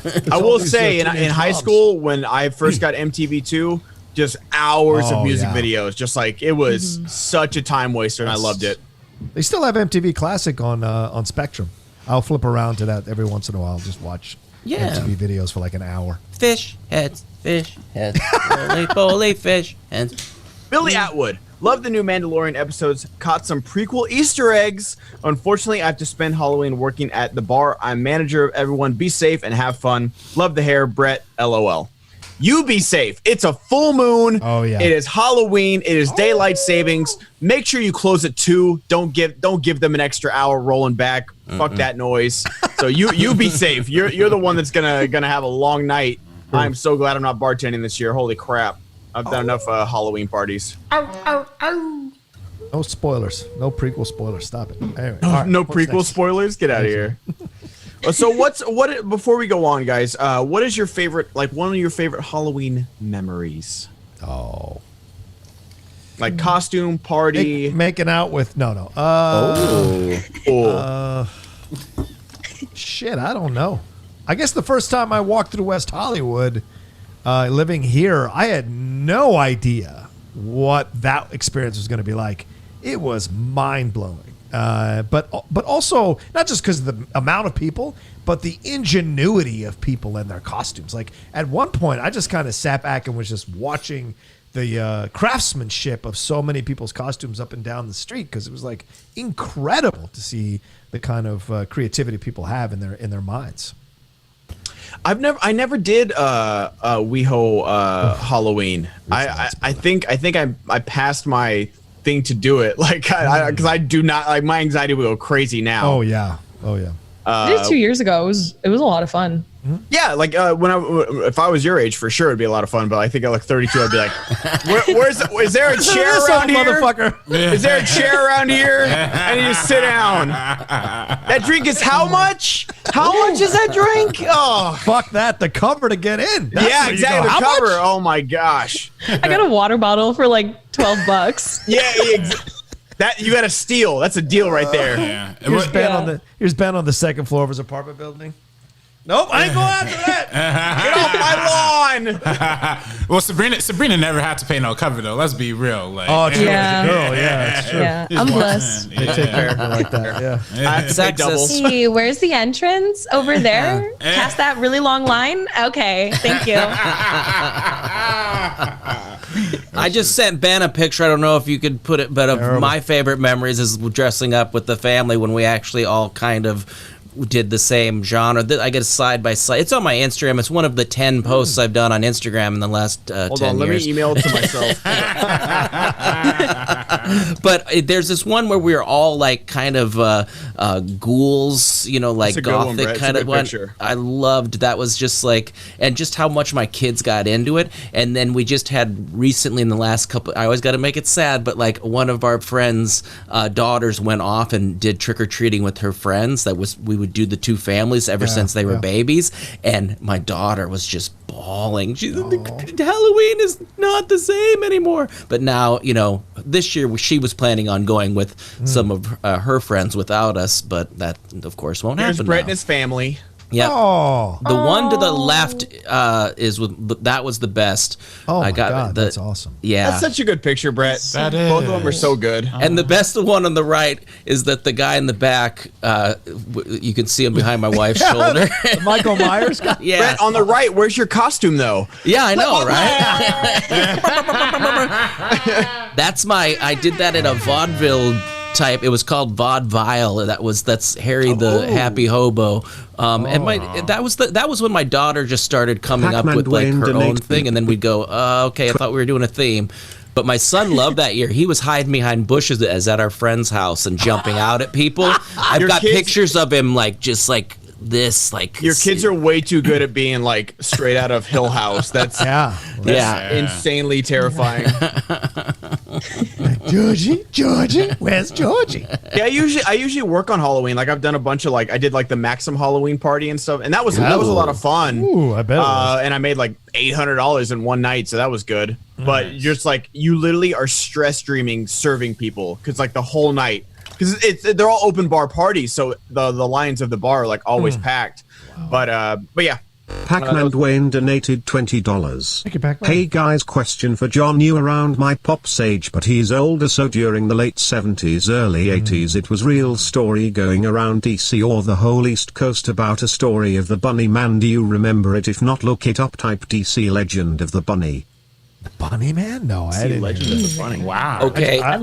When I lived in D.C., we would go down to the Exorcist steps every Halloween. That's for sure. They used to have things around the Exorcist steps, which was fun and unsettling. There was a Bunny Man rumor at the one where I grew up. There was there was the lake, or I mean the river that you would go to, the Platte River, but you had to park your car outside the gate because it closed at a certain time, and then you'd had to walk with no lights down this dirt road. And there's stories of the Bunny Man and a Wolf Man and all these different things. And like the Bunny Man apparently could run so fast that he caught up to a guy on a motorcycle or something like that. It was all ridiculous, but these are the things you're thinking about when you're like, gotta get to my friends. Why didn't I go with other people on this thing?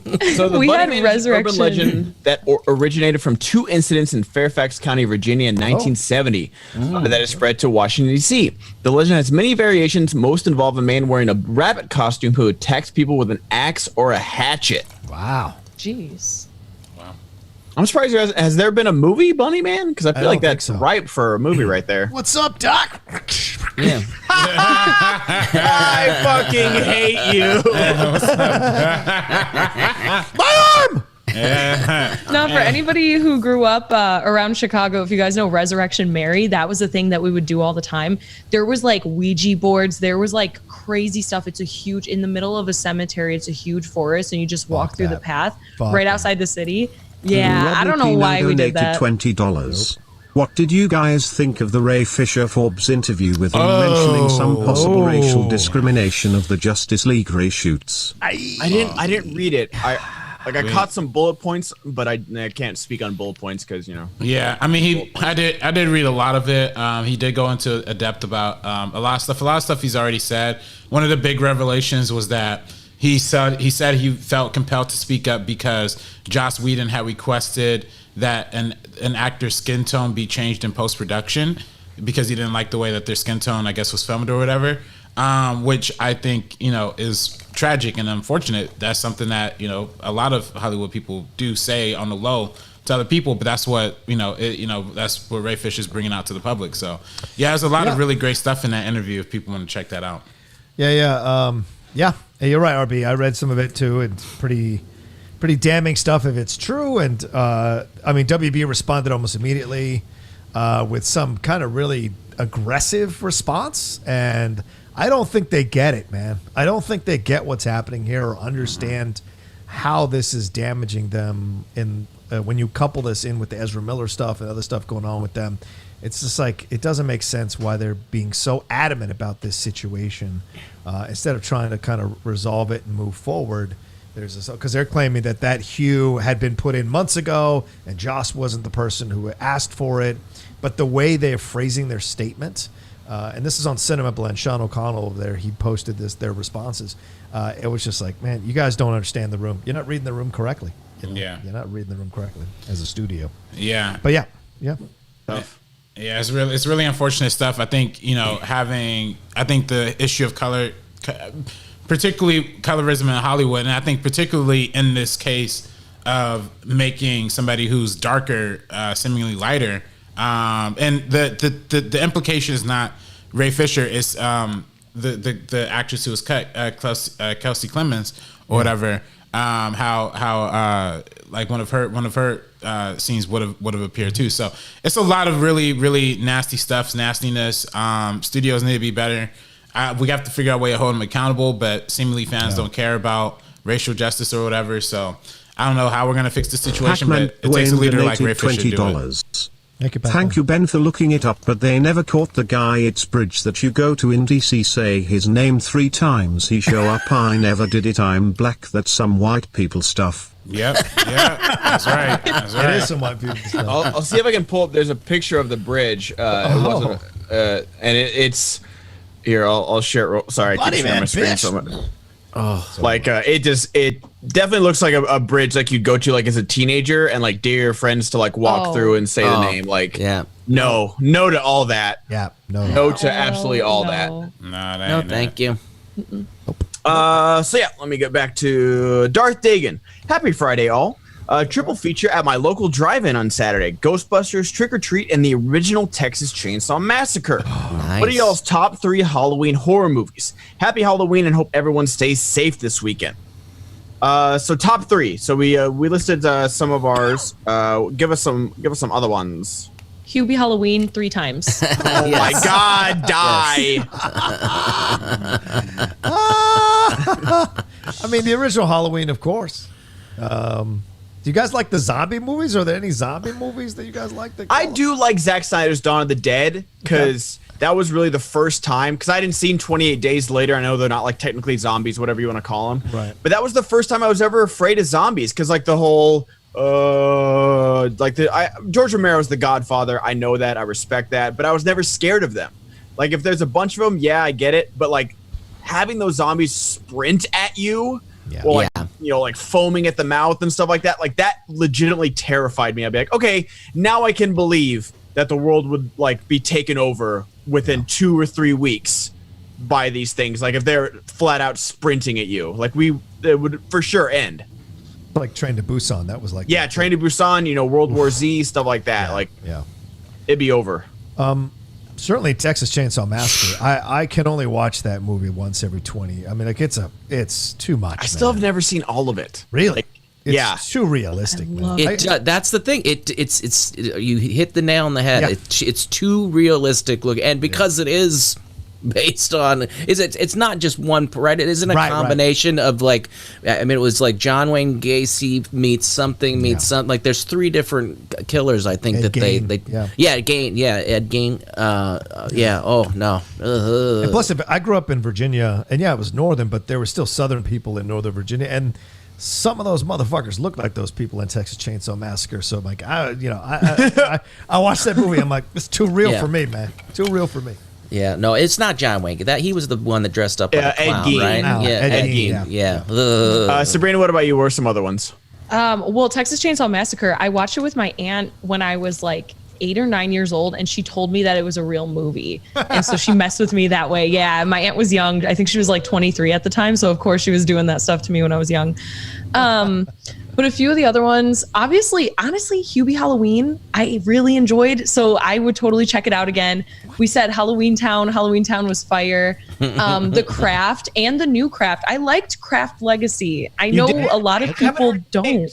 I loved the first half of it. Like, I think the first half was so solid. The kind of like the third act is really where it kind of falls apart. It's just rushed and stuff. But because of how much I love the beginning, it's kind of like, I don't know, we get a little bit of that like book smart type of like female friendship relationships that we don't get in the first movie. We get like the women turning on each other. In this one, it's more like female empowerment, like strength and unity type of thing. And I just enjoy that a lot more. The Descent is one of my favorites. Someone put one in the chat. I like Hostel, but that was kind of the only like torture porn movie that I liked. Because it seemed like that could really happen, that's going on around the world, like rich people kidnapping poor tourists and torturing them to death. Yep. I bought into the hype of Blair Witch Project. The movie scared the crap out of me, and I thought it was real for a while. Like the viral marketing campaign for that is like top tier of all time. So I was 12. So I was just at the right age to be like, oh, this is real. This documentary, guys. This is real. This really happened. Blair Witch is out there. I can't think of the name of it, but it's 2 people are staying in a house in the middle of nowhere, and people with masks show up. The strangers. The stranger. Yeah. That one. That one's too real for me too. I'm just like that. That's no. Like, and especially like the famous line is like, "Why are you doing this? Because you were home." It's like, yeah. No. Did you guys ever see? I forgot what it's called, but it's called like the Poughkeepsie tapes, I think. Poughkeepsie tapes.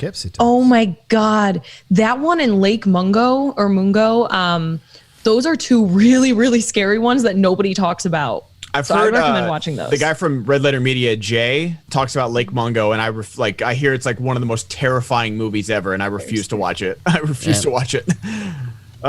Also, Sinister. I haven't seen it since I saw it in theaters until 2 nights ago. Actually, scary. I hear Sinister's good. So back over to Mr. Anus. Yes. I love this episode of The Mandalorian. Those who've played Knights of the Old Republic, have got to love this. I'm sure Christian will have noticed that too. Oh. I don't know what that means. Easter eggs there. 50 Shades of Geek. At the age of 60, Snoop Dogg will be 420 in dog years. Oh. Wow. That's facts, y'all. Good to know. Dab it out.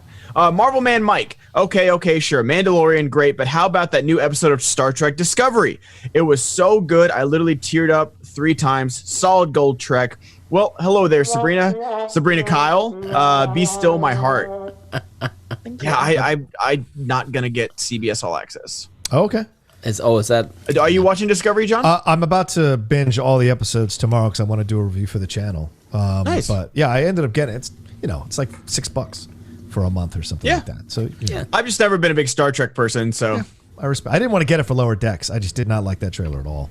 Why is there such a separation between the Star Trek and the Star Wars? I don't feel like the blending is as much as you think there would, and because they both have star in the name. I mean, isn't that? I mean, I know they're totally two completely different genres. Well, I hear that Discovery, and the J.J. Abrams movie. I know Justin Lin directed the last one, but that they're much more Star Wars. They're much more action based and sci-fi fantasy, right? Than the thought provoking of what Star Trek was supposed to be from Gene Roddenberry. Right. So I think there is a little more blending nowadays, Brett. But there was a huge gap of content when they first both came out. It's a weird place because they're trying to appeal to the newer fans, but in doing so, they're kind of undercutting some of the foundational aspects of Star Trek from the beginning because it's more action heavy. There's Klingon sex. There's cuss words. There's brutal violence, and you didn't see any of that in the original Star Trek stuff to that extent. And I don't know how much of it you might have seen in Star Trek Next Generation, but I imagine not that much. But you had made Klingon sex. You had what you had to say. Totally I was just about to say I've never seen it. First season of intriguing. Discovery, Klingon sex. Nice. See that guy over there. Hello, SEN crew. I went to my drive-in for the first time and watched Beetlejuice for the first time as well. Don't kill me, but I thought it was only okay. There were a few funny parts, but I think Michael Keaton could have used more screen time. Oh, you're crazy. You're crazy. Ultimate Fights. Who would win in a fight, a dildo or a strap-on? Strap-on. The strap. The strap. Yeah? Get the strap. Yep. Get the strap, baby. 50 Shades. The energy the strap has versus the dildo is really what gets me. The energy. Yeah. The energy. Yeah, that's BPE for right there for sure. Okay. BPE. All right. Yeah. Depends on the lion. That's a callback from yesterday. 50 Shades. Here's a joke Rocco will appreciate. Soy milk is just regular milk that introduces itself in Spanish. Think about it. Go away.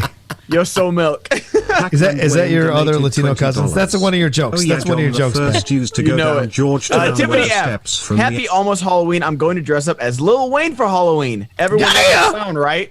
Oh, you just need that MAGA hat and you fit right in. Yeah. Oh my God. Yeah. You get the costume right there. Clown. And the silver grill.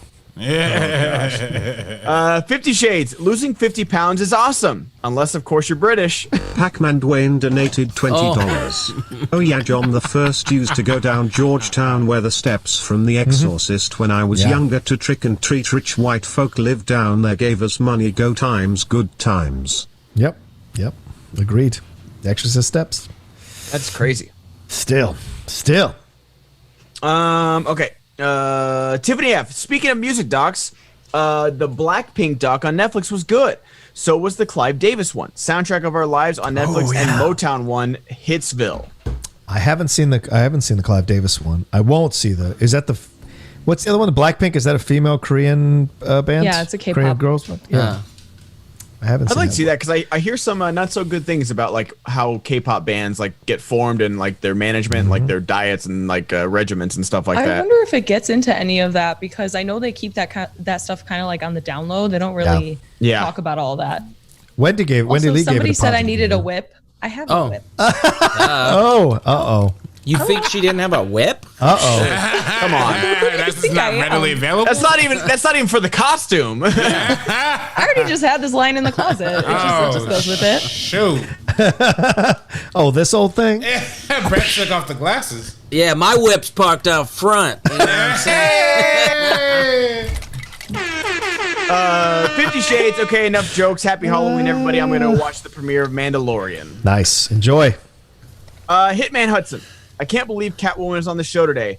OMG, does this make Brandon Batman? The implications for this are huge.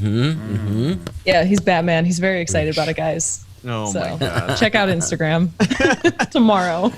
Cody Allen, are there any specific moments for you guys where CGI was noticeably distracting? For me, Bruce Banner's head sticking out of the Hulkbuster armor at the end of Infinity War immediately comes to mind. Yeah, okay. That's a good one. Yeah. Even last night, the little repair droids in Mandalorian looked a little wonky. Yeah. And there's some CGI that they probably put the money towards elsewhere.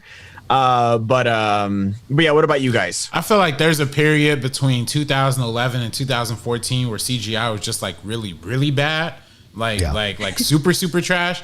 And it was like after like the Spider-Man 3 had trash CGI, but like for the most part it looked okay. But then it started becoming like everything was CGI. So I don't know. I feel like there's definitely something in that time period. The Great Gatsby for me actually has a lot of notice. I love that movie a lot, but a lot of that CGI is so noticeable. Like, especially when they're driving, like 100 miles per hour in this old car, and just this is crazy. This looks crazy.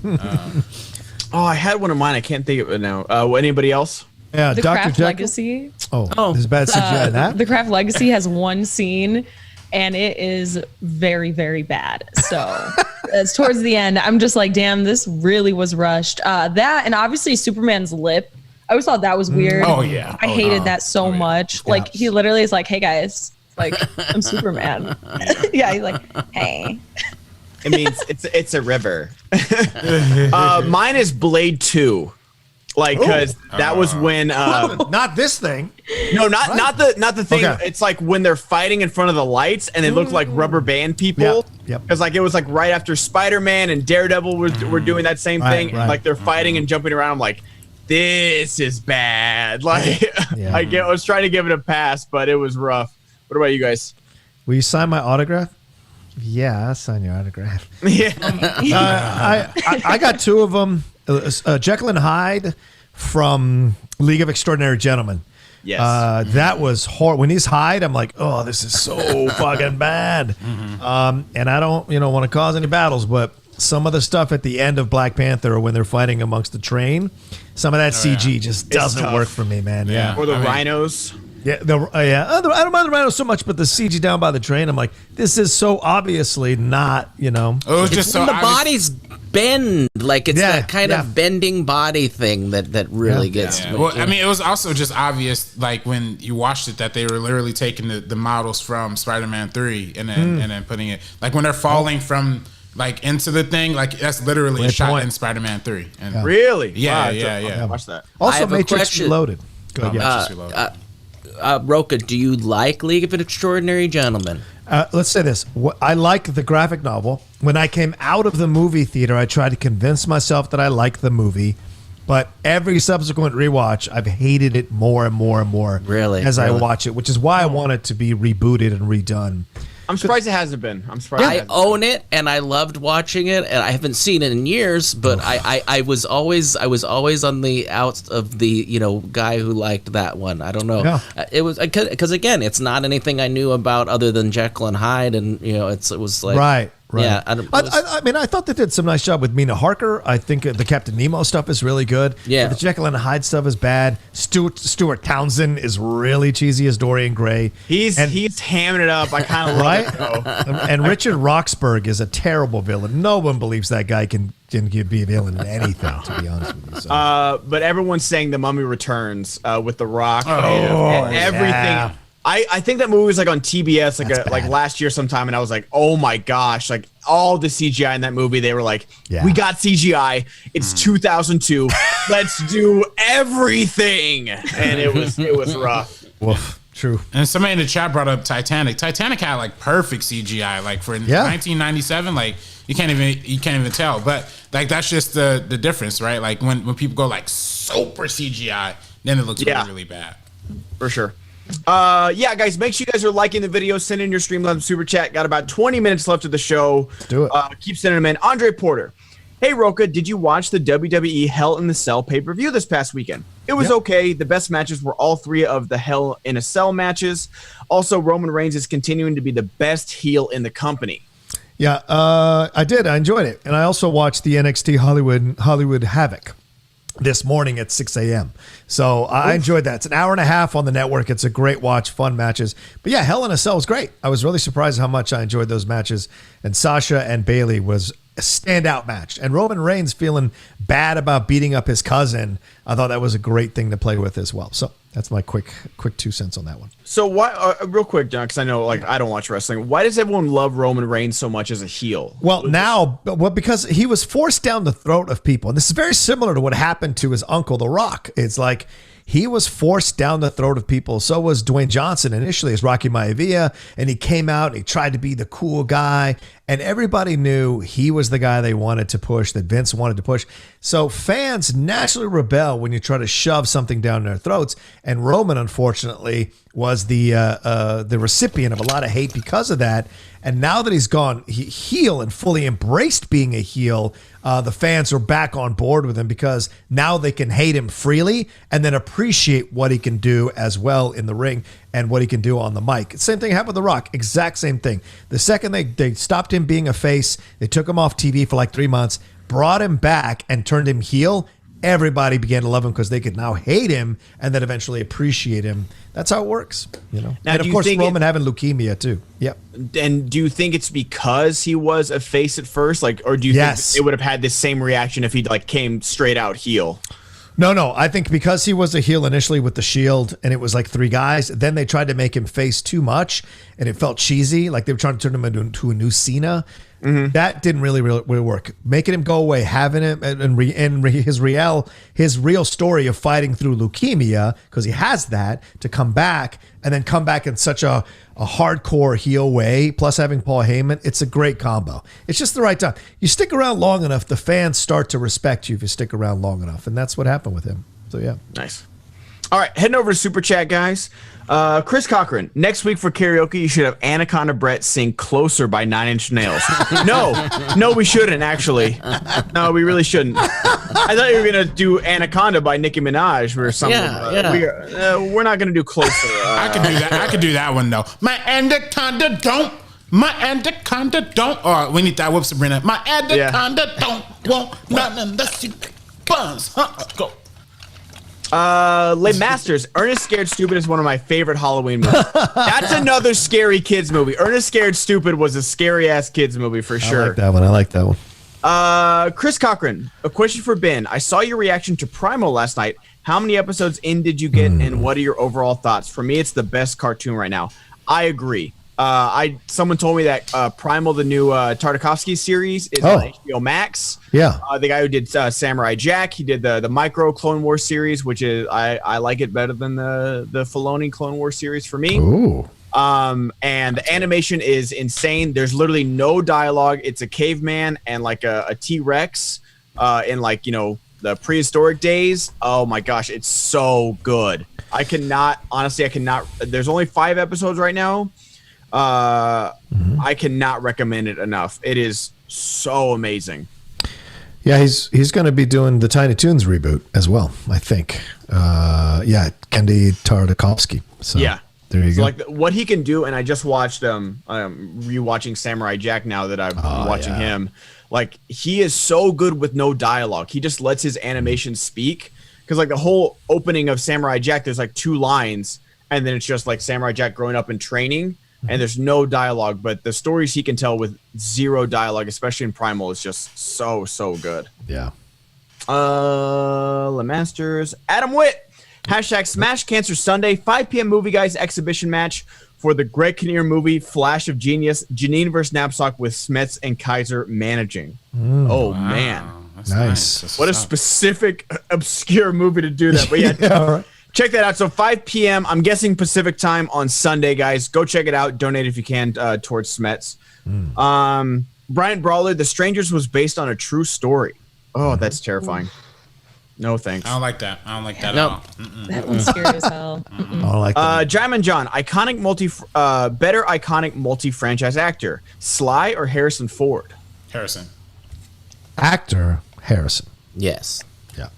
But for those two franchises, like, I mean, for the I feel like Sly does his best acting as Rocky and Rambo.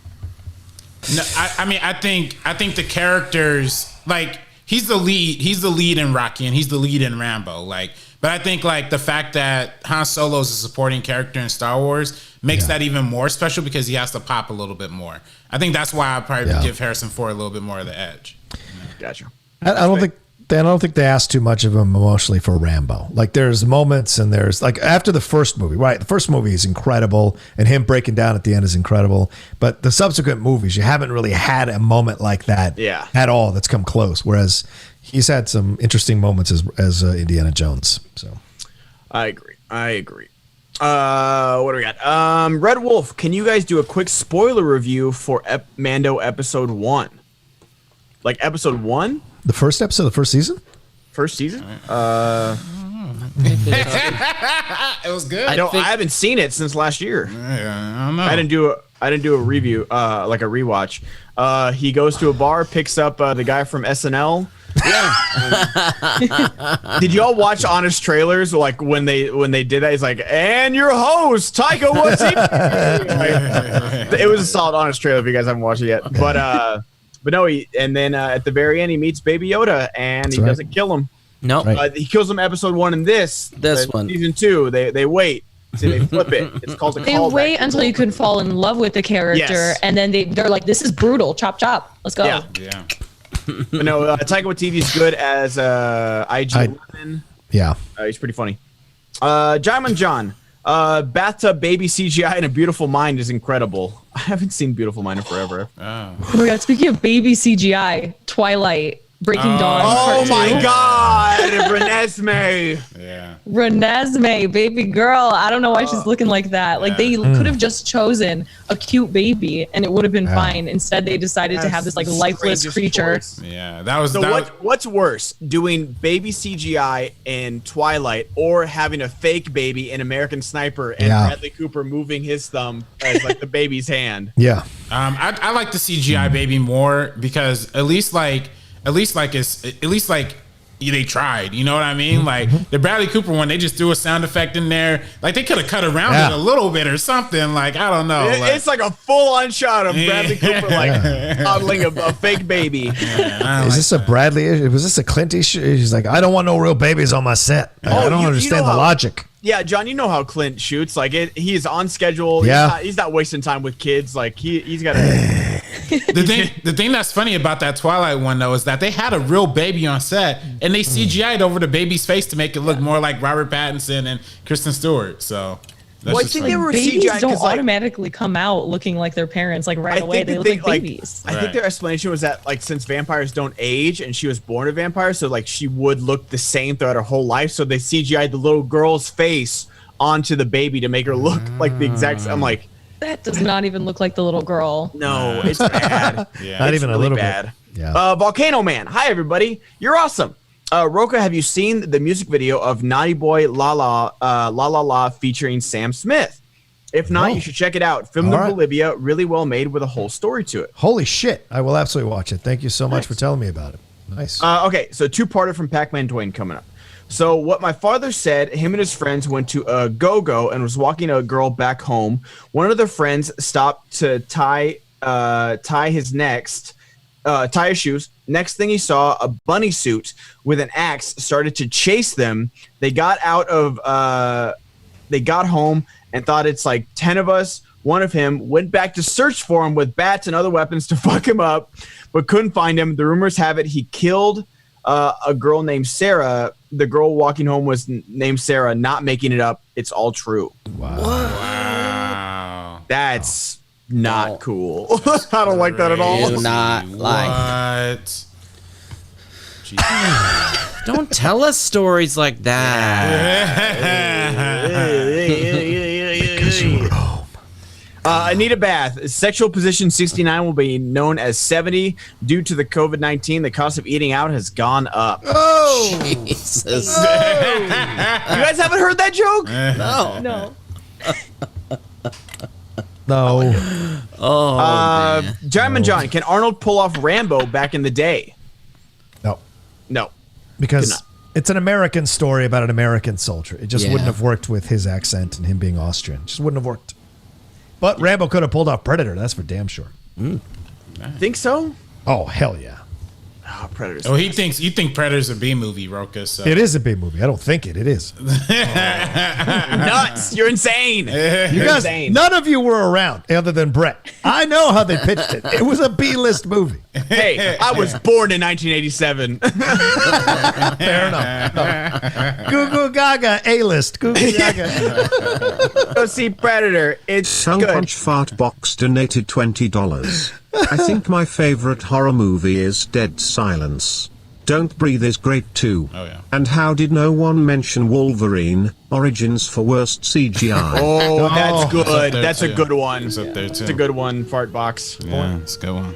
Is Green Room a good horror film? Because I just got that the other day. Yes. Okay. Green Room. All right. It's watch not that. like horror, but it's like Thriller. It's tough to watch. Yeah. It's a thriller for sure. All right. And then go back and watch Blue Ruin, his other one, Oh. Jeremy Saulnier. Okay. Both Blue Ruin and Green Room are really, really, really, really good. All right. Yeah, I saw Green Room. Is everybody surprised?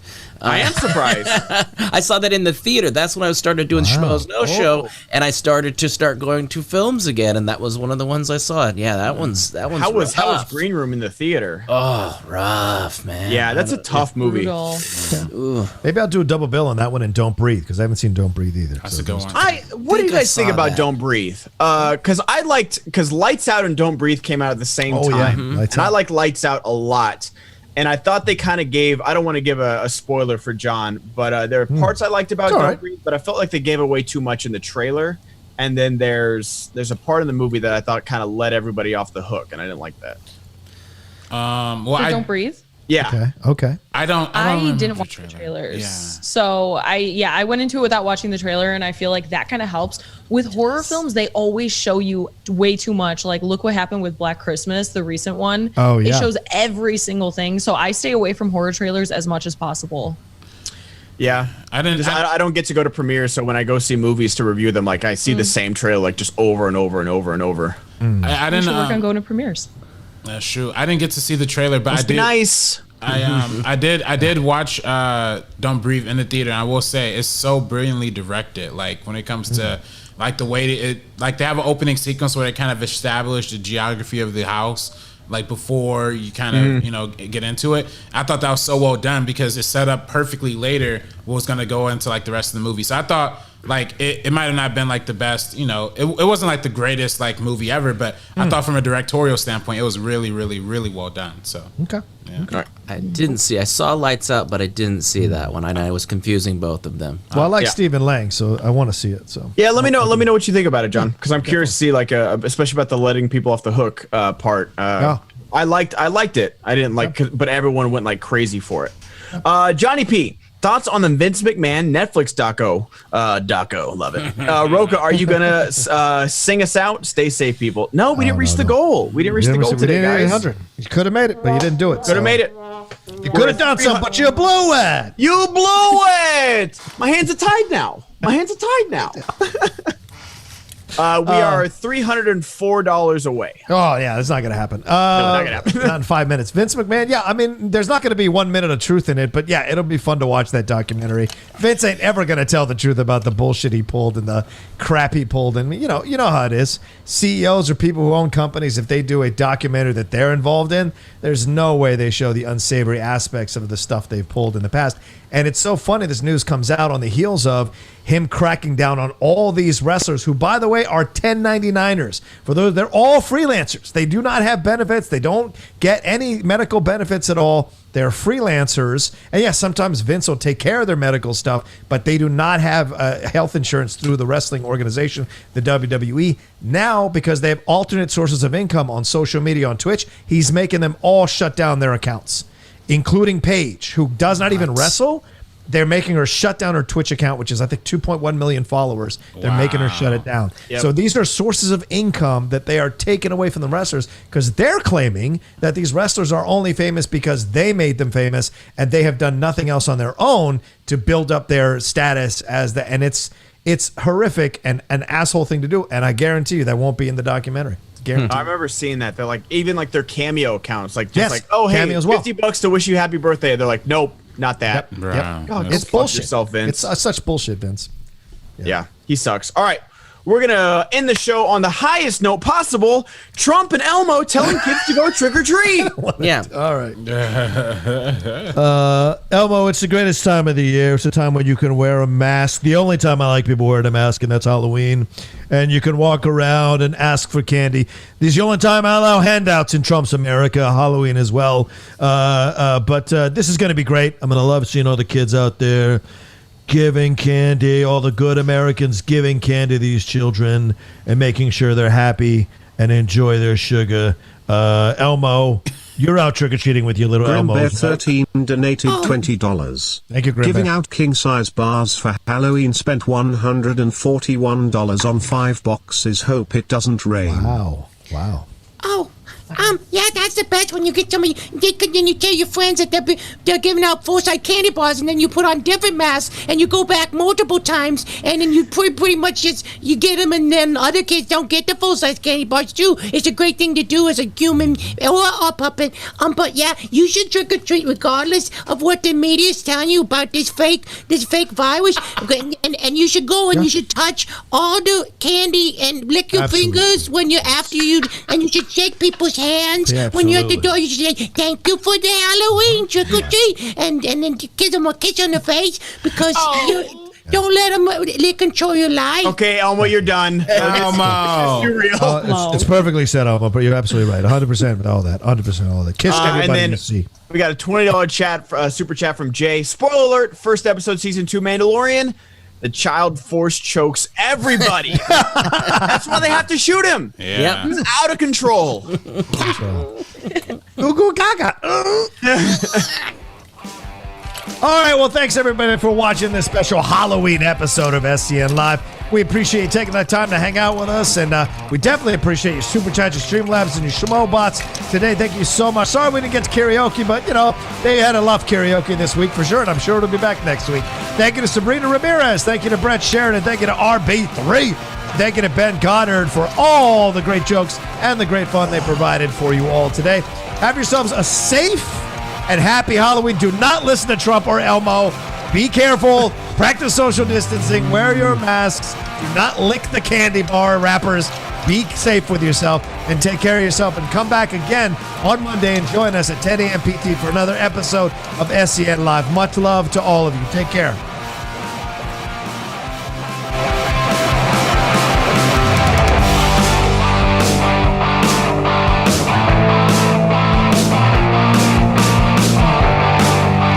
Horror Free-For-All today, 2 p.m. PT